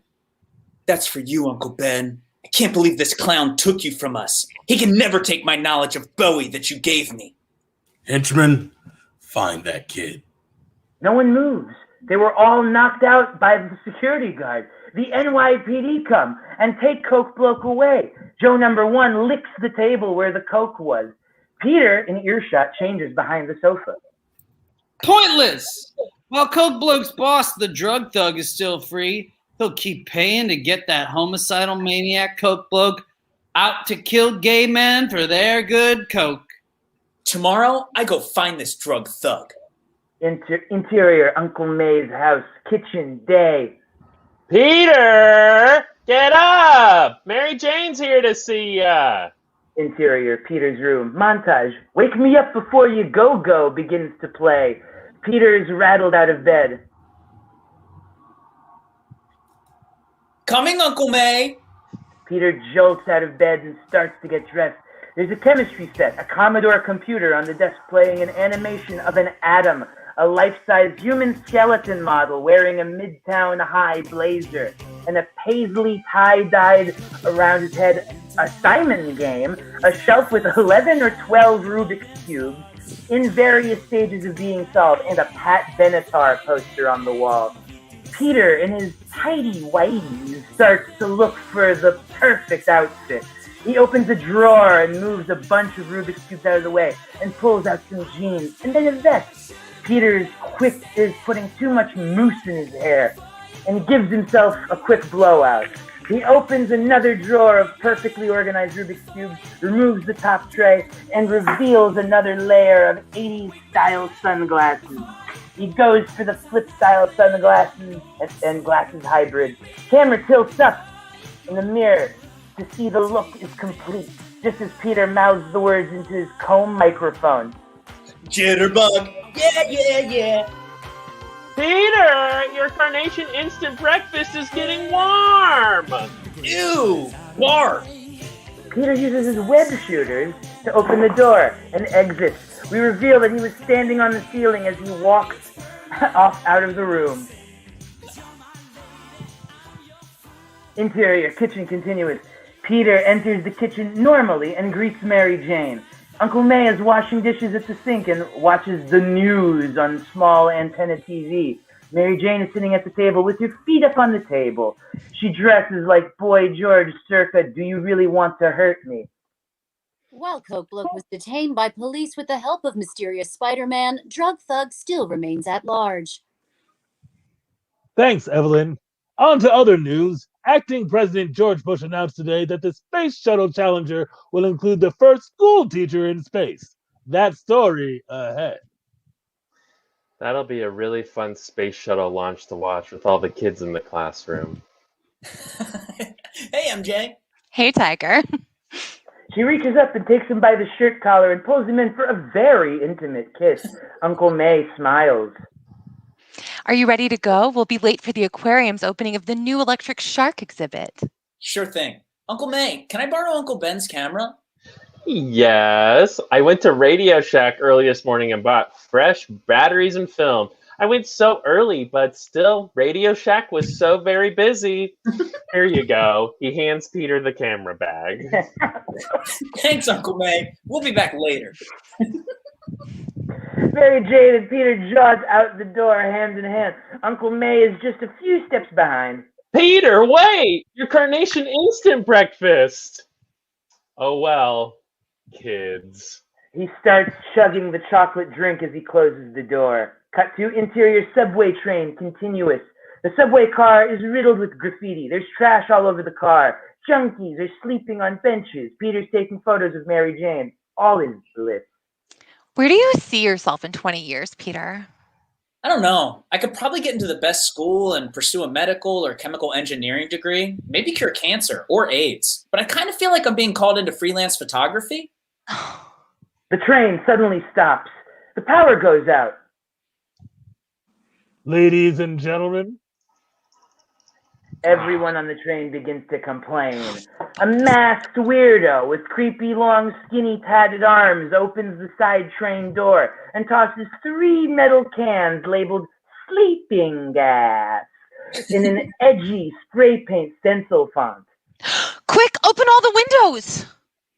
Peter and MJ stand up from their seats only to be immediately trapped in the crowd of disgruntled riders. Hey, can we squeeze through? A mean guy gives him a dirty look. The hissing of the cans grows louder as the gas fills the car. The screen goes white till we hear the ding of the power chiming back in and the doors opening. As the haze clears, we see everyone is passed out on the floor. As they wake up, everyone starts to realize they've been given face tattoos. Oh no, you have a protractor on your cheek and it says, "I love math." Oh, I love math. MJ reaches in her backpack and pulls out a mirror. You have a ugly flower on your forehead? MJ lowers the compact mirror from her face in complete shock. It's a butthole. What? No. Peter looks closer and can't help but laugh. Don't laugh. I think it's just an ugly flower, you know, because they were rushing. They didn't have time to make it look good. MJ is staring in the mirror. They made me a butthead. I'm not going to the aquarium now. I gotta go back home. Peter takes out his camera to snap some more photos. It's out of film. And they used up all my film. Interior 1 hour Photoshop later. Peter has shot webs all over the side of his face to cover the tattoo. The kiosk is small and cluttered. On the counter, there's a clunky portable Panasonic television playing the news. The news ticker reads, "Lives ruined on the J line." The group of criminal tattooists have been referred to as the Tatty Daddies. The attack happened just earlier today, but its impact will last these people a lifetime.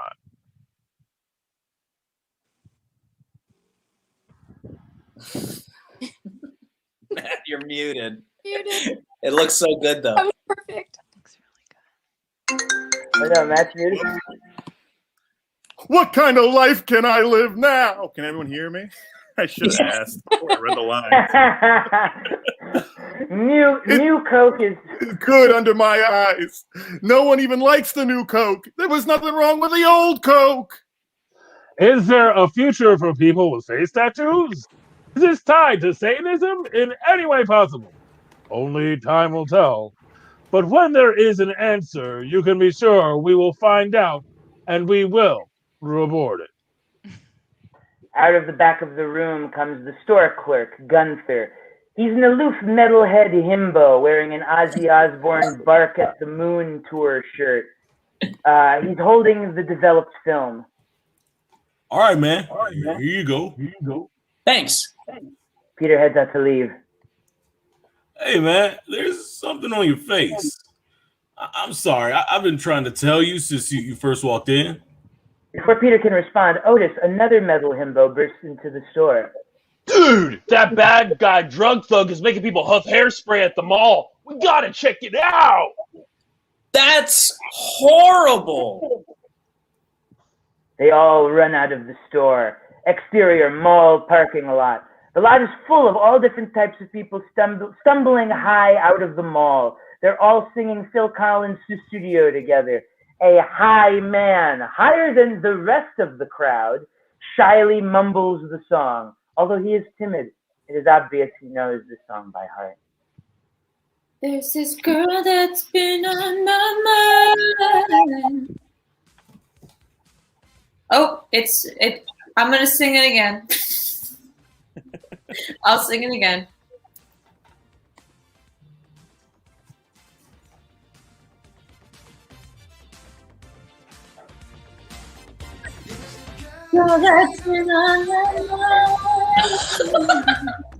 High woman turns to look at the man and joins him in the song. She's very good. They both start to dance together as the crowd behind them joins as if they've entered. She don't even know my name, but I think she likes me just the same. Studio. The high boy is the best singer of them all. He's very confident for such a young and high boy. He starts to tap dance. He is a skilled tap dancer, but it goes on for a beat too long. When he's done, everyone claps and then resumes the rest of the musical number.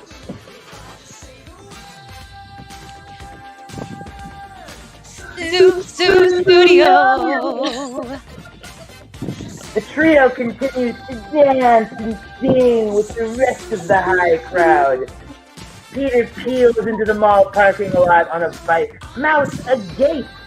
Gunther is jogging behind him and catches up. I know it's not okay that they're high, but they are all such beautiful singers and dancers. I could never dance like that. A single tear comes to his eye, and then he realizes... Wait, I'm Spider-Man. If I can be Spider-Man, I definitely can dance. Wait, what? Peter joins the crowd and dances with everyone else. He keeps stepping, he retreats to the side of the crowd. Wow, that really rocks. Peter is sweaty from all of the dancing. He takes off his sweatshirt. Underneath, he reveals a shirt that says, "I would have voted for Walter Mondale if I could have voted in the last election."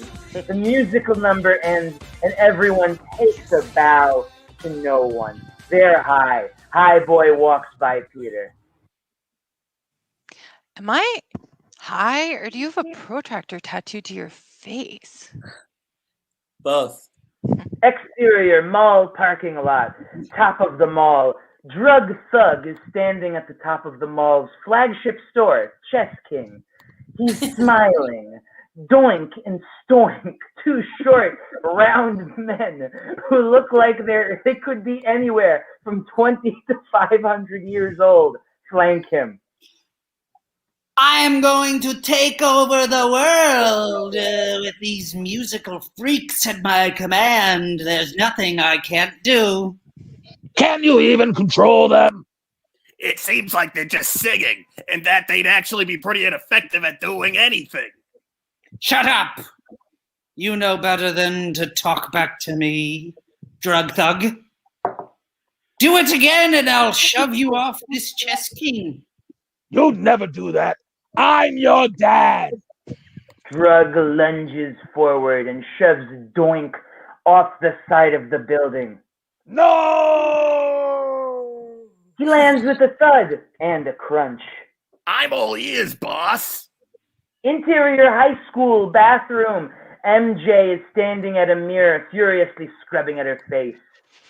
Why can't I get this butthole off? She continues to scrub, making her face raw and red. Yowzer, that was a big one. A toilet flushes. MJ freezes. Hello? One sec. That beauty deserves 2 flushes. Another toilet flush. Samantha Stake kicks open the stall door and appears behind MJ. She points at MJ's face. I think it's cute. I always wish I had 2 buttholes. Did you hear that half the school is absent today? Something to do with like drugs and being high. I know, it's awful. The town is really getting crazy these days. By the way, did you know Peter Parker was a liberal? First of all, that's disgusting. Second of all, I don't know who Peter Parker is, but he sucks. MJ, embarrassed, turns back to the mirror, touching her face butthole. You seem sad. Do you want some Coke? MJ panics and looks around, checking to make sure no one's in the girls' bathroom. No feet underneath the stalls. What? No, I don't do any sort of thing like that. Not like that, you idiot. New Coke. How do you have that already? It's not supposed to be released for months. My dad's on the board. He got it for me as an early graduation present. We're going to drink them today after the senior prank. What's the senior prank? Don't you know anything, Mary Jane? Okay. Samantha leans in close and whispers into MJ's face butthole. We filled in the swimming pool with gasoline so we can make it fire pool. What? That's dangerous. It's fine. We loaded up the sprinklers with new Coke so we can put the fire out. Duh. There aren't sprinklers above the pool, Sam. It's an outdoor pool. And everyone is going to be there because we're hosting the district swimming tournament. MJ checks her Casio watch. Which is starting now. You have to fix this. Okay. But not now. I'm still really tired from that deuce I dropped. MJ grabs Samantha's wrist and drags her out of the bathroom. The door with the out of order sign opens to reveal Stoink. Gasoline, eh? The boss is gonna love this. Exterior high school pool arena later that afternoon. The outdoor arena is packed. Studio plays over the speakers. The whole town is surrounding counties are here, despite a majority of them being lethargic from dancing. Peter walks up to the sidelines with his camera, still dancing, followed by Gunther. I would let it go, dude. Plus, don't you need to focus so you can get a picture for the school paper? Yeah, these things are a breeze. Peter stands on the sidelines. The first heat is about to start, with swimmers poised to jump in the pool. Entering from the side is Stoink, wearing sunglasses and a baseball cap, holding a pack of cigarettes. Gunther eyes him. Peter, that guy seem off to you? Peter looks at Stoink and calls out. Hello, good sir. The smoking section of the crowd is here. Peter gestures right next to him, and Stoink smiles. Why, thank you, buddy. I love to get a good view of the action. Stoink lowers his sunglasses and winks to someone at the top of the bleachers. Drug thug. He gives Stoink a nod and holds up 3 fingers. The referee blows their whistle. On your mark. Drug thug puts down 1 finger. MJ and Samantha push through the crowd. Peter, stop the race! Peter looks up from behind his camera lens. What? Get set. Drug thug puts down another finger as Stoink lights his cigarette. The pool is filled with gasoline! What are you talking about? Drug Lord points to Stoink, giving him the go-ahead. There's about to be The referee blows his whistle as Stoink throws a lit cigarette into the pool. A fire pool! The surface of the pool erupts into flames as the cigarette hits the surface of the water. Fire pool! The throngs of people still tired from dancing are thrown in a light tizzy and start half-heartedly calling for the swimmers to get out of the pool. Luckily, these are the fastest swimmers in the district and the surrounding counties, and they are all able to outswim the fire, reaching the center of the pool. Yet the pool fire slowly encroaches. Just then, Spider-Man appears next to Gunther. I've heard of a hot tub before, but this is ridiculous. Spider-Man? Thanks, Shim, you're here. They're all gonna burn alive. Like hell they are. That weird guy threw a cigarette in the pool and Spider-Man slings his web at a fire extinguisher. Spray this, boy. Gunther tries to spray, but is filled with new Coke. What the? Oh, yeah. My bad. Jeez, Samantha, even that? Spider-Man, do something! Stoink retreats and takes a seat next to Drug Thug in the stands and enjoys the view. Those filthy bastards. Ain't nothing like watching several young hot teens entering their prime years about to burn off all their skin in a pool full of gasoline, eh, boss? Wait, does that girl have a face butthole? Hot. Stoink! Do you ever shut up? What the? Is that Spider-Man? Spider-Man flies between lifeguard stands using his web to catch the fire and hurl it out of the pool. It kind of works. However, the circle of fire continues to tighten. My beautiful tight teen face and tight teen skin body. Help! Spider-Man then shoots his silk across all of the lifeguard stands, creating a spider's web of fire above the fire. He climbs to the center right above all of the swimmers, lets down a rope, and pulls them all to safety. And he does all of that super fucking quickly, too. It's kind of sick, actually. Oh my God, Spider-Man, you... I mean, thanks, dude.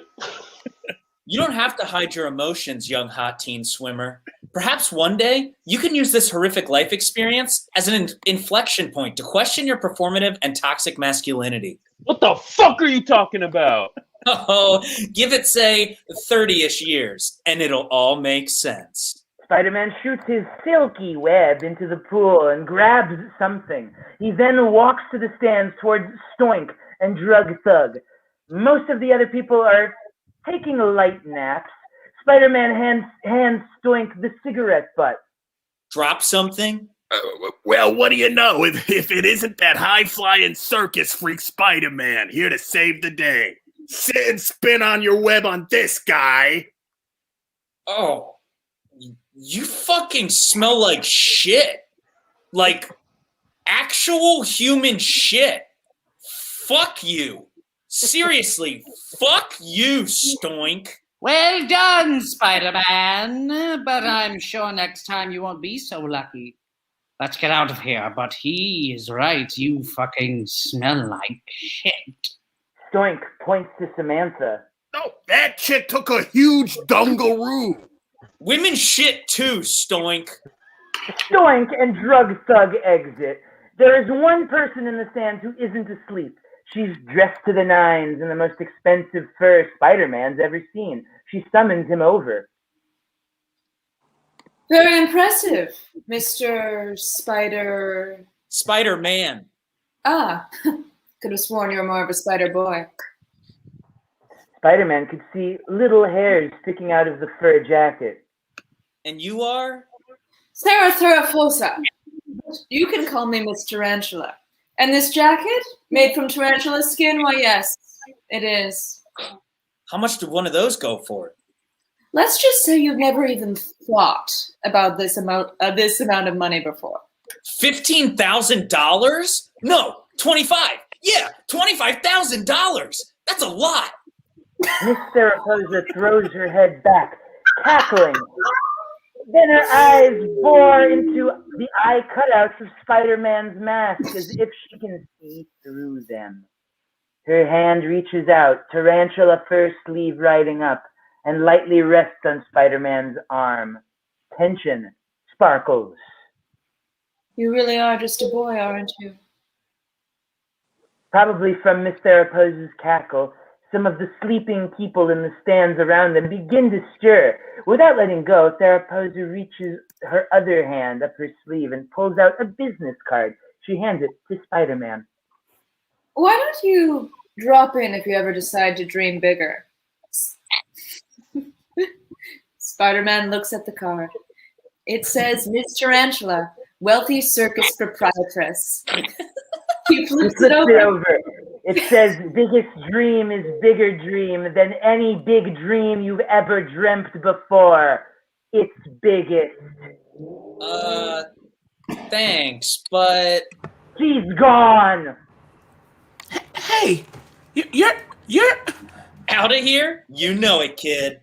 Spider-Man shoots silk out of both hands, ripping a plank of wood off the seat of the lifeguard chair and all four wheels off a nearby towel cart. That's right, Spider-Man just made a sick skateboard. Whoa! Cool. It's cool to stay in school, kid. Spider-Man rides away, occasionally shooting silk out to propel himself even faster through the city blocks. It's sick. The sun is beginning to set. We cut to Peter arriving home. It's dark now, but we can see the light from the television inside. Peter lifts up the top bag from the trash and stuffs his skateboard under it. There's already two makeshift skateboards there, one with yo-yo wheels and one with webbed-together cassette tape boards. Inside, Uncle May is planted in an old recliner, watching MASH. Peter leans in the entryway. Is this the one where Hawkeye has to operate on the helipad? They should have gone 11 more years. Peter sits on the couch and stares past the TV.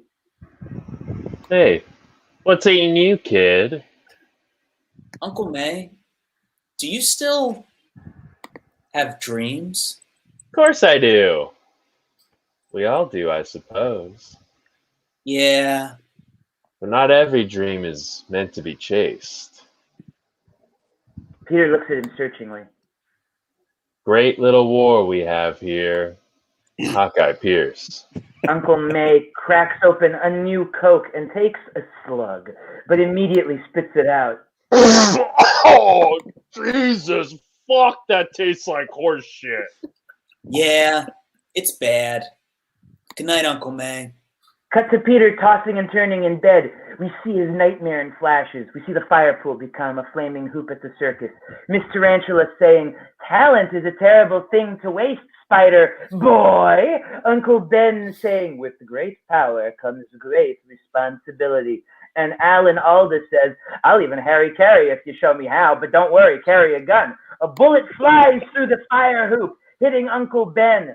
Peter wakes up in a cold sweat.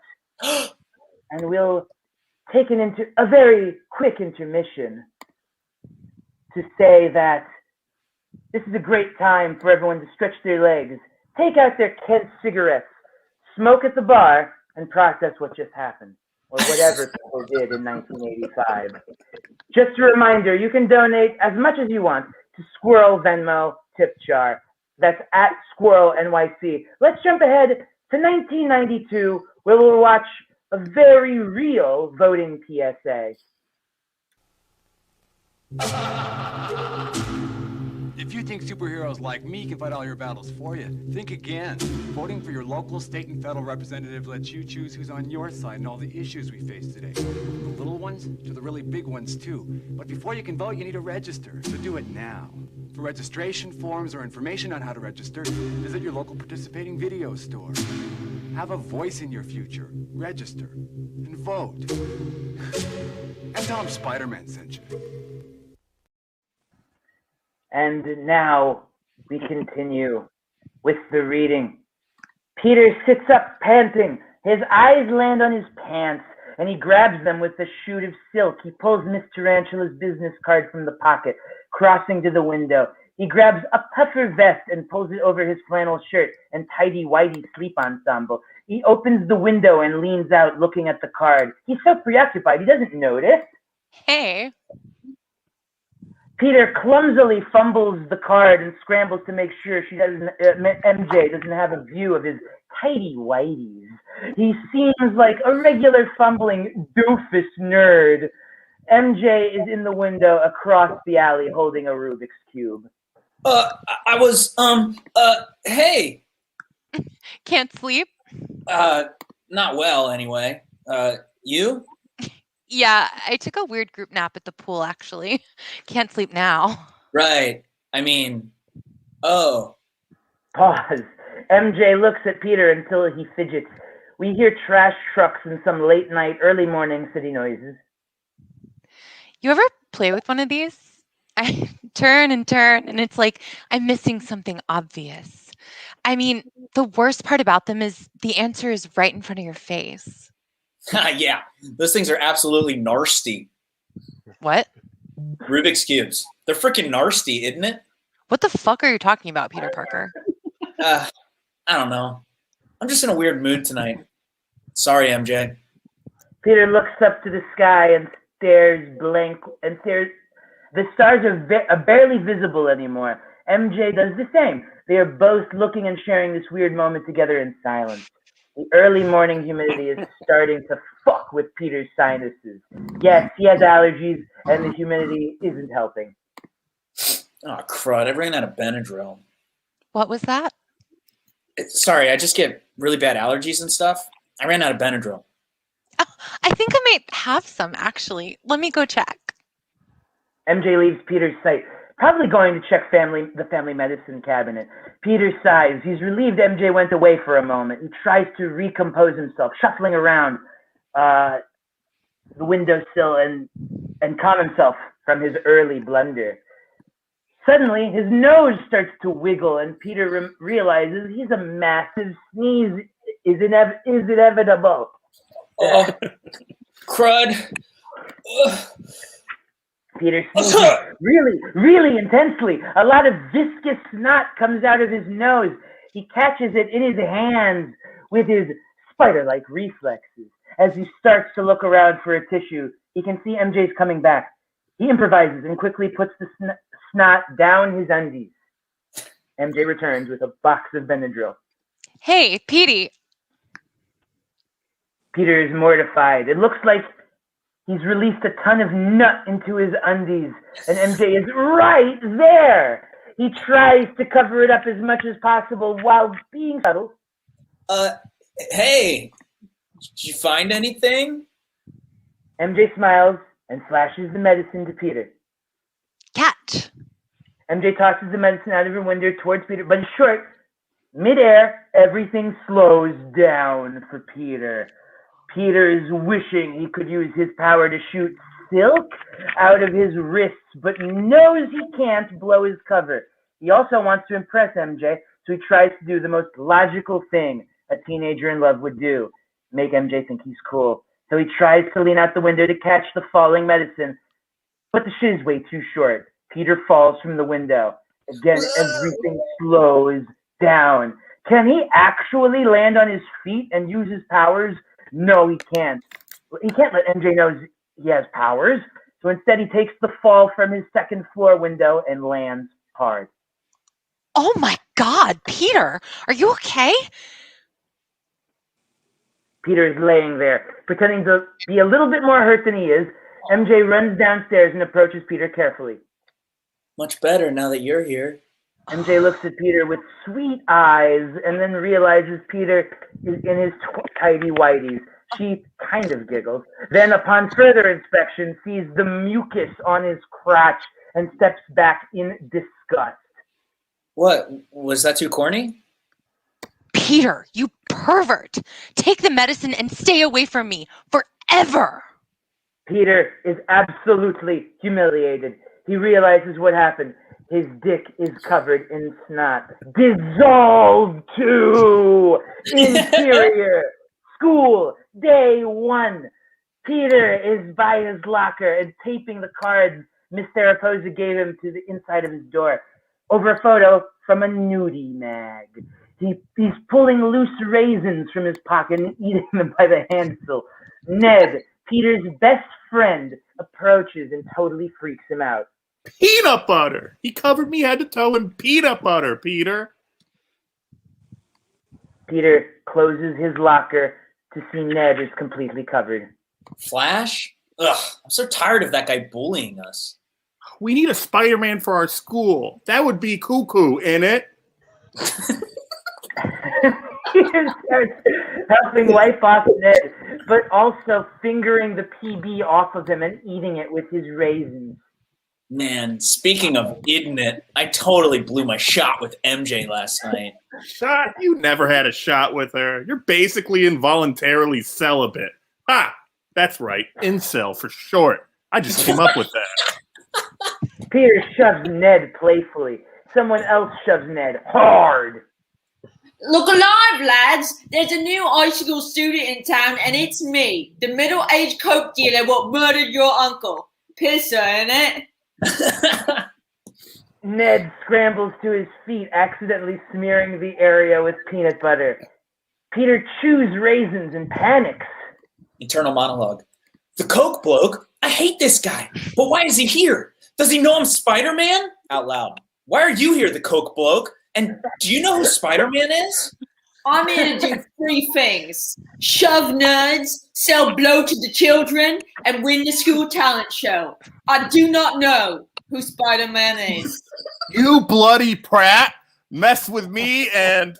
The coke bloke, without looking, pushes Ned down again, who with arms and legs extended, slides and spins down the hallway like a nut-buttered starfish. Language, you cheeky chav. Keep that up and you'll find yourself sans uncle.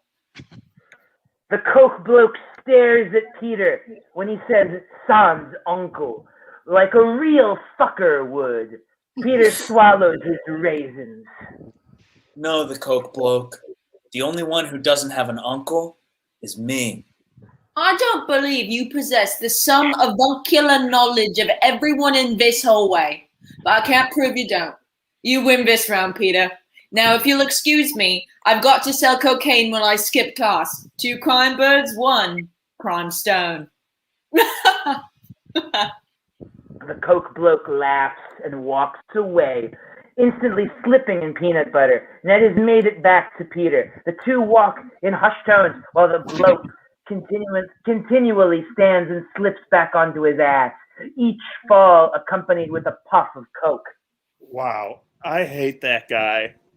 Yeah, I'm considering fully murdering him. I haven't decided where I land on killing yet. Hey, I forgot. Have I told you I'm Spider-Man? I've got more important things to worry about.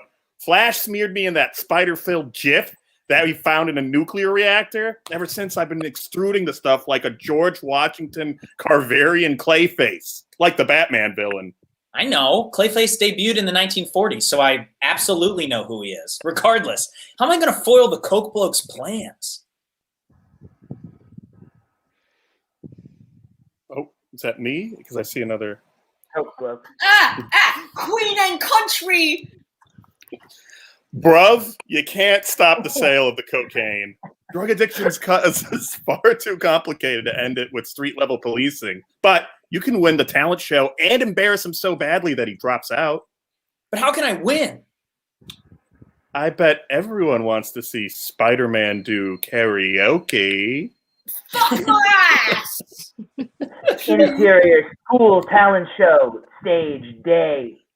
So I said, buy some Coke, bruv. The audience cheers while Ned boos. His chair is heavy with peanut butter. The Coke bloke walks off, and an MC walks on.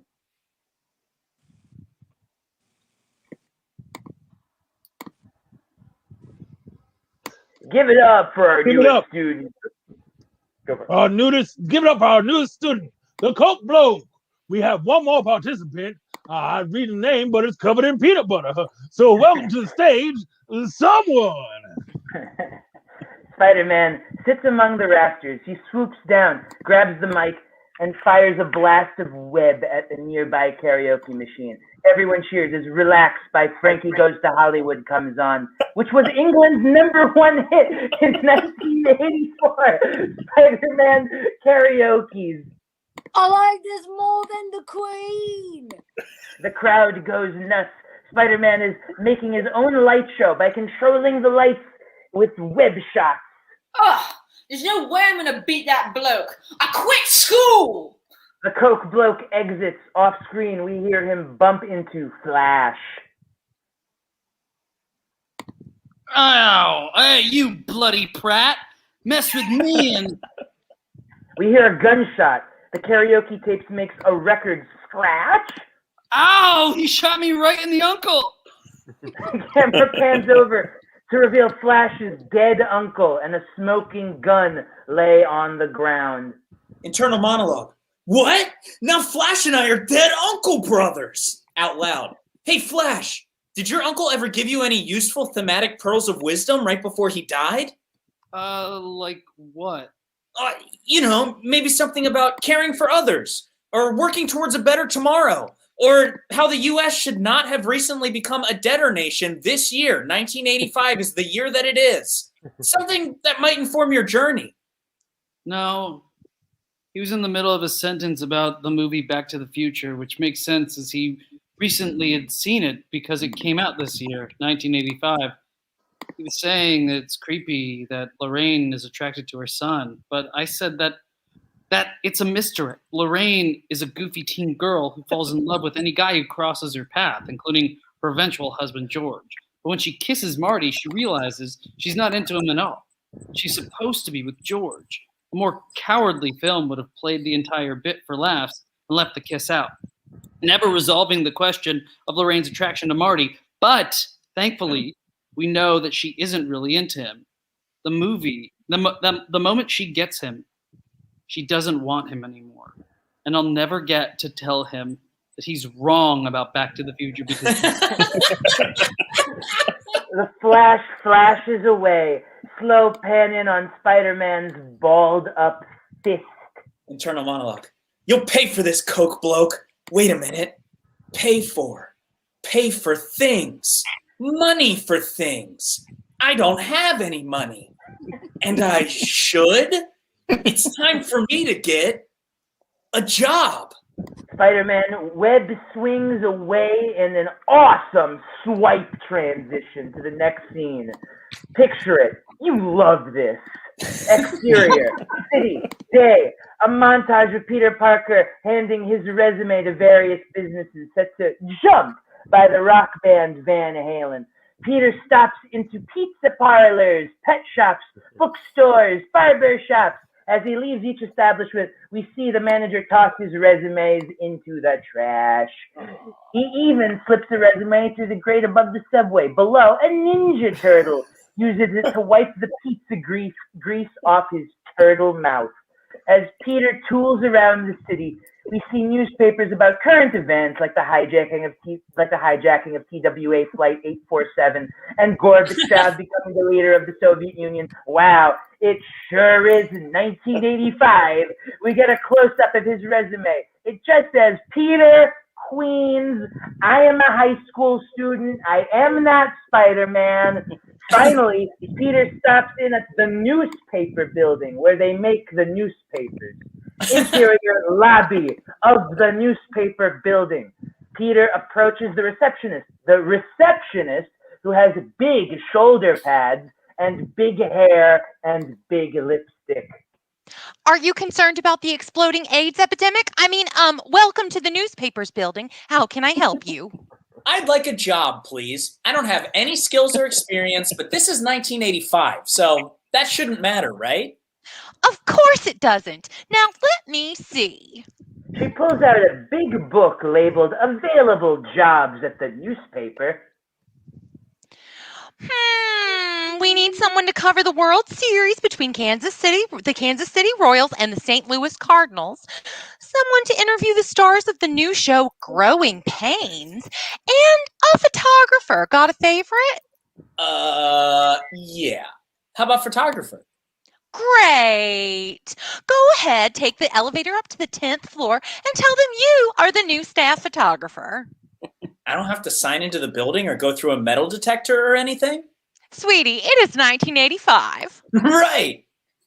Peter walks past the reception desk and into the elevator. The doors close, and when they open, we are now on the 10th floor. But it was all one shot!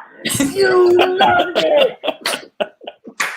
Interior, newspaper offices, 10th floor. Peter gingerly steps into the bustling offices where men are smoking and yelling, and women are typing what the men are yelling, and the women are also smoking! Hi, I'm the Spider-Man? No, I'm not. Funny joke. I'm not Spider-Man. I am photographer. I work here now. Suddenly, a music sting and hairs on Peter's arm stand as his spidey senses are tingling.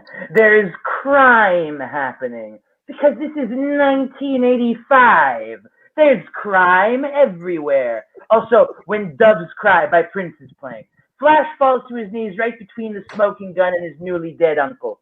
As he reaches for the gun, Spider-Man swoops in on a nasty little thread of webbing, kicking Flash's hand away from the gun. Don't get your prints on that, Flash. The cops will frame you for the Coke bloke's crime. Fuck off, Spider-Man. My uncle's dead, and I'm fast. That's my whole thing. I'm just the fastest. And I failed to save my uncle from the Coke bloke. Bloody hell. I feel so bad I won't be locked up. Flash reaches out for the gun again, and Spider-Man tackles him. They fight, but kick the gun away to safety early on. Flash's speed blurs much of the battle, and pauses reveals Spider-Man's web goo, nastying them both up. Ned and the talent show audience steps back into the hallway to catch the skirmish. Lads, you've got to stop. You ought to find the Coke bloke and fight him instead before he takes out even more of the town's uncle population. Flash and Spider-Man slow their fight as Flash begins to cry. Ned steps forward, and Ned steps toward both of them, his peanut buttery pants streaking the floor with oil. He turns to the bystanders, gesturing with his nut buttery hand. All right, everybody, nothing to see here then, in it. How about you lot give the lads some privacy? Maybe call the janitor? The morgue, even? Spider-Man consoles weeping Flash. I know, bruv. I know exactly what you're going through. Survivor's guilt is a lot to reckon with. Ned coughs and shakes his head as subtly as a peanut-buttered friend can. I I don't know firsthand, having never lost an uncle myself. But you know that American boy, Peter? You should talk to him. He's also got a dead uncle. I don't know. I don't want to push it, what with the wound still being fresh. Literally. Cut to interior Uncle May's kitchen, night. Uncle May sits at a table, thoughtlessly crumbling a digestif. A man with his back to the camera washes dishes. I want to be there for Peter, I just wish I could sleep through the hardest days, the days when I miss Ben most, the days when the loss colors everything. I want to sleep through those days and skip to when it'll just be a little easier, even if it means I'll have forgotten little bits of him by then. The faucet shuts off, and the man at the sink turns, revealing he is 39-year-old Sylvester Stallone of Rocky IV fame. I hear you, man. I don't know what to say. Oh, I know. Hey, you know what? And tell me, what should I say? There's nothing to say.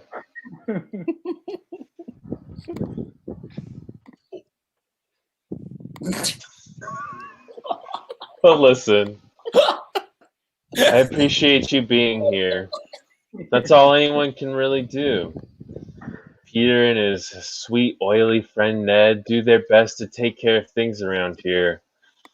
But these visits really help. Yeah, shucks, man. God, Sylvester Stallone kisses May on the forehead. I feel bad, right? I feel bad, but I really I gotta head to Queens before it gets too dark out. Don't feel bad about that. Peter will be home any minute, and I love the Queen. Just take care of yourself, okay?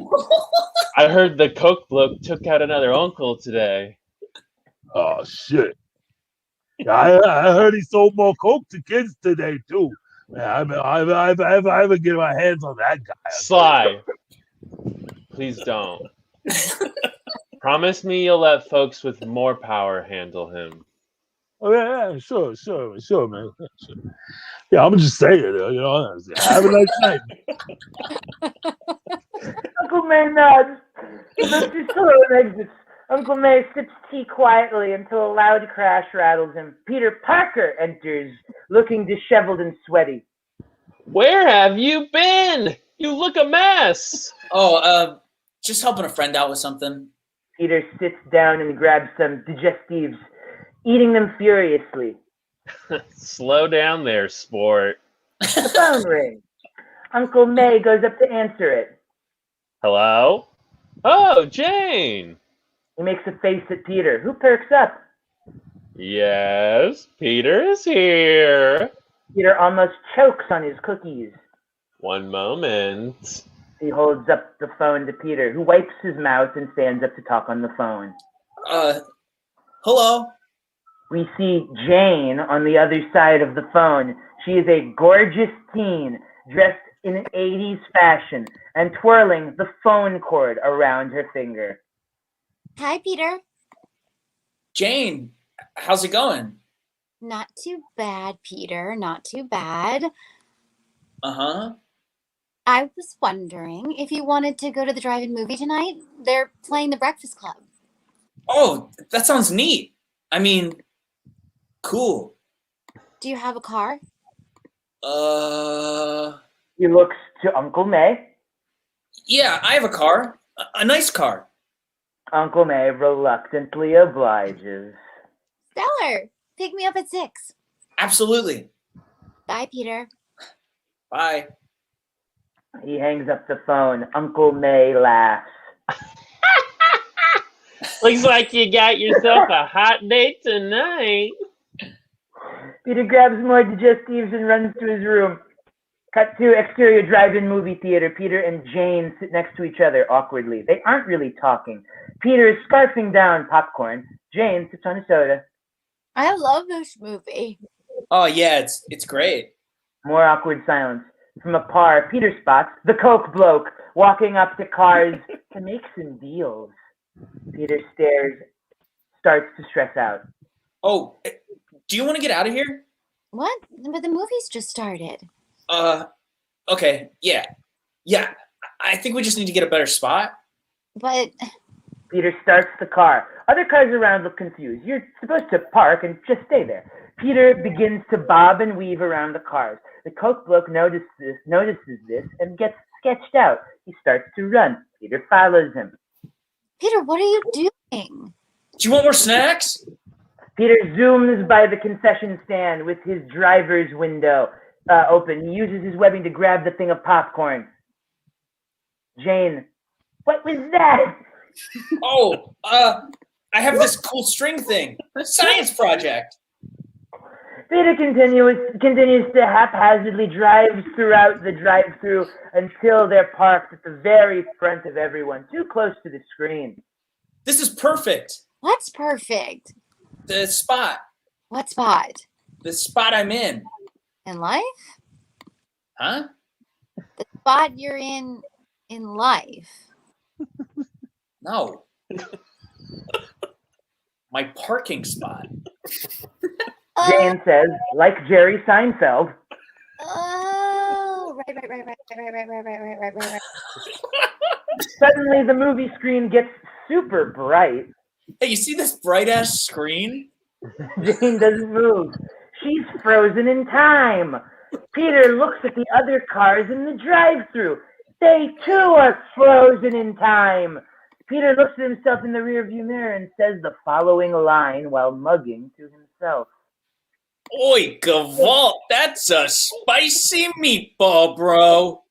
Peter looks up and sees the movie on the screen has been replaced with his Uncle Ben, who is dressed all heaven-like. Peter Parker. Uncle Ben! Did you call me Preeter? Of course I didn't. No. Aren't you? I'm a ghost. Why have you come to visit me from beyond the grave, where men go to serve their time to the almighty God of eternity?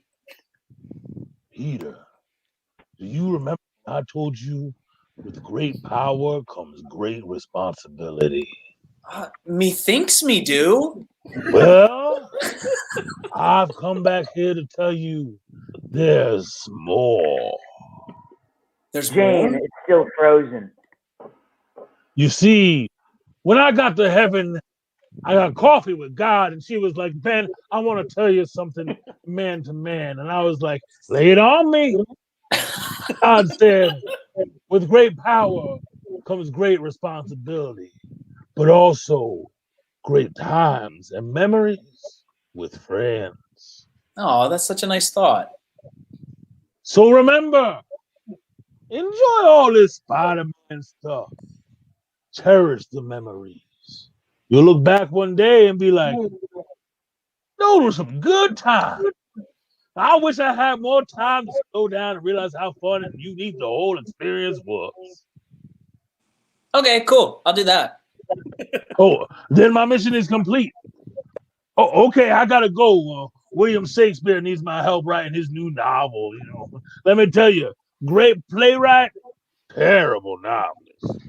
I shall call a friend to tell a tale of woe and wonder on seas set sail. That guy. Am I right? All right. We'll see you. Uncle Ben disappears. Jane wakes up, and she's still doing the Seinfeld. Right. Peter looks around to find the Coke bloke. He seems to have vanished. He looks over at Jane and smiles. Interior, Caldor parking lot, Suffern, New York, day 1985. The Grinch of Dr. Seuss fame hands out flyers. Free flyers? I've got free flyers. Who wants free flyers? Free flyers? Come get your free flyer. A passerby walks by. How much for a flyer? You ain't from Rockland County, are ya? Scram, you pest. The passerby runs away, trips on an errant shoe, then flees. That passerby would later go on to be actor Dermot Mulroney. I'll get you spoon, Spider-Man. I mean soon. And you too, Coke Bloke. I'll get you too. And Reed. I'll get you most of all, Reed. You think you're so cool with your... Before the Grinch could finish his insult, he gets hit by a car. We see driving the car is Stoink, wearing a turquoise members-only jacket. As he gets out of the car, the Grinch's bloody hat drops in his hand. I was more of a Yertle the Turtle fan myself.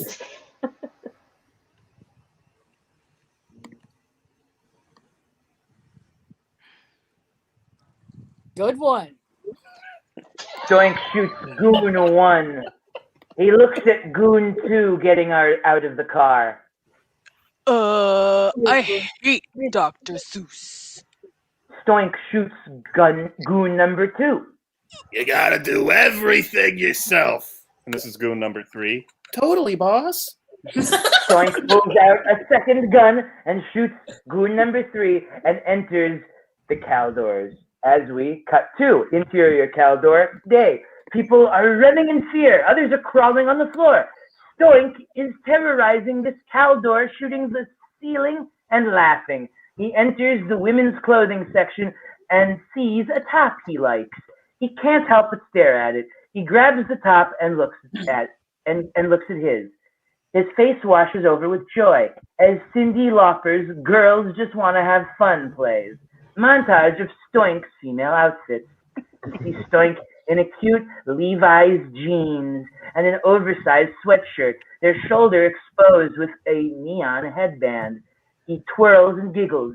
Stoink is now in a black mesh shirt with a neon green tank underneath, with neon pink jorts and orange Spanx, with white Reebok sneakers. He points a gun at the mirror and frowns. Interior.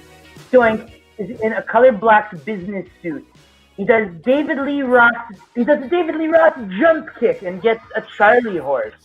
Stoink is now in a Grace Jones-esque look. A silver bowler hat, a couture leather jumpsuit with oversized shoulder pads, and a silver belt. I feel like it's too much. We see naked Grace Jones scowling. You wouldn't know fashion if it fucked you in the ass. Grace! Stoink is now in a pink frilly dress in black polka dots with a black leather jacket with pink lining. He is content and happy when Coke Bloke is seen in the mirror shocking Stoink. The music stops. Oi! What you doing with that dress on? You should be robbing this place. Stoink turns around and Coke Bloke gets a good look at him. He walks up to him with disappointment on his face. Bloody hell, do you not know how to accessorize? He puts a bow on Stoink. There, much better. Stoink smiles, but the moment is short-lived as a spider web pulls Coke Bloke to the ceiling. We see Spider-Man swing midair and kick Coke Bloke, knocking him out. Spider-Man lands in front of Stoink. Sorry to bust this expression-affirming moment, but you're kind of the villains. Spider-Man pulls a green bow from his web and hands it to Stoink. Green really ties this together. Wow, you are right. I know!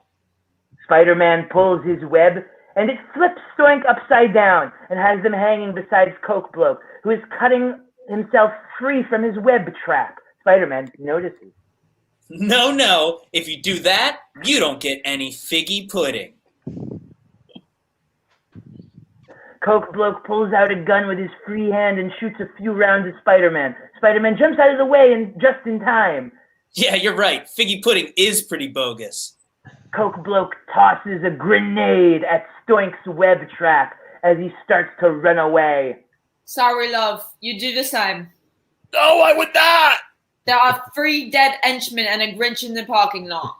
Oh, yeah. Yeah, you're right. I'm more of a Yertle the Turtle guy myself. I'd peg you as more of a green eggs and ham person. You'd be half right, Grace Jones. Spider-Man lassos the grenade from Stoink to Coke Bloke, propelling him into an empty section of the Caldors. The grenade explodes. Now, Grace, I'd get out of here before things get stinky. Grace laughs. Very sweet of you, Spider-Man, but I am here for Coke Bloke. He is the only man that I love. Okay, well, you enjoy that. In jail. Coke Bloke comes up behind Spider-Man with a pipe. Spider-Man senses tingle, and he Spider-Man dodges it.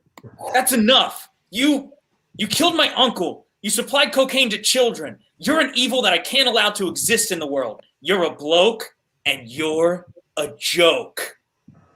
Spider-Man's eyes roll to the back of his head with that. With that, the room begins to fill with spiders. Spider-Man reaches out his hands and motions the spider towards Coke Bloke. Slowly, the spiders begin to creep and crawl up the British drug pusher's skin.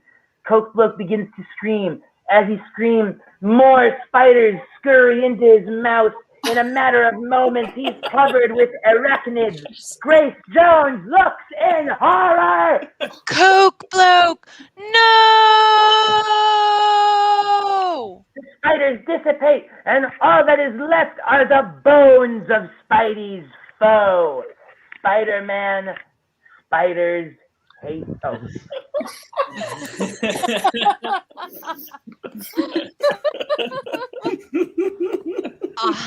I hope you're happy. There is no more Coke Bloke. Spider-Man shrugs his shoulders. I was always more of a Pepsi guy. Spider-Man shoots his web past Grace Jones, and it grabs a can of Pepsi behind her. As he pulls it back, it hits Grace Jones, knocking her out. The Pepsi can lands in Spidey's hands, cracks it open, enjoys the crisp, refreshing, delicious taste. The kind of taste that brings you back to your childhood. Before the stuff you don't like to think about, Spider-Man cries a single tear and walks out of the front door. Interior, Caldor Day. Mustached man holding a hot dog points. Hey, look, everybody! It's Spider-Man! Everyone crowds around him. Spider-Man nods his head, and web shoots off.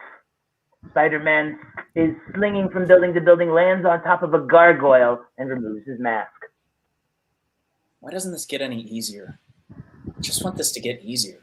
I'm tired of all these masks and all these lies. All these corporations trying to take advantage. They're the real Coke blokes. Wall Street, CEOs, corrupt politicians. These are the true villains. Coke bloke was just a victim of his surroundings. Grace Jones was chewed up and spit out by the Hollywood machine. Stoink. Poor Stoink. You were failed by society most of all. I must continue through. I must carry on. The mustache man sees Spider-Man again. Oh, look, it's Spider-Man! Stop following me! Spider-Man goes to jump off and shoot his web, not realizing it's run out, cascading to the alleyway's asphalt below. A crack is heard. Spider-Man gets up and sees a light at the end of the alley. Standing in it is Stoink, the Coke bloke, and Uncle Ben, waving him in. He takes off his mask, smiles, and walks towards them. Ben places his arms around Peter. Proud of you, son. Am I dead? Yes. Oh. Yep. Let's go. Just waiting. The mustache man rushed over to Spider-Man's mangled body. Oh no, everybody. It's Spider-Man. The mustached man takes off the mask, looks around, and then puts it on himself. Suddenly, he jumps and is able to stick to the walls. He looks at the body. It's gone. All that's left is the suit and a business card that says, Spider mandate in putting on the suit. The wearer waves any and all rights to any previous identity, real or implied, and fully accepts the duties and responsibilities of Spider-Man in perpetuity until such time as the wearer becomes unable to do so by either accident or design. Whoa! Super cut! To be continued in Spider-Man 2, the Spider Mandate, the Santa Claus. Wake me up before you go by Wham plays as we fade to black. The end. Wow. Wow. Wow. Who would have thought that Hollywood dared to kill off Spider-Man? Let's all remember to wake our loved ones up before we go. All you solo yo-yos, please donate to Squirrel Online Comedy. Please support live comedy. Our performers tonight were Eric Fuhrer, Alessandra Miliacci, Alan Starzinski, Rich Armstead, Patrick Keane, Matt Rain, Hallie Haas, Amanda Hunt, Justin Catchins, and our writers were Brooks Allison, Rich Armstead, Lindsay Bonnell, Will Cleveland, Shannon Coffey, Caroline Cotter, Lita Darmian, Dan Fox, Adrian Iancello, Amir Khan, Chloe Kozer, Lizzie Logan, Marissa Montañez, Jesse Ross, Alan Starzinski, Noah Foreman, and Lou Gonzalez. I have been the Movie Maestro, an astral projection by way of David Loveband. Good night, and protect the universe. Wee.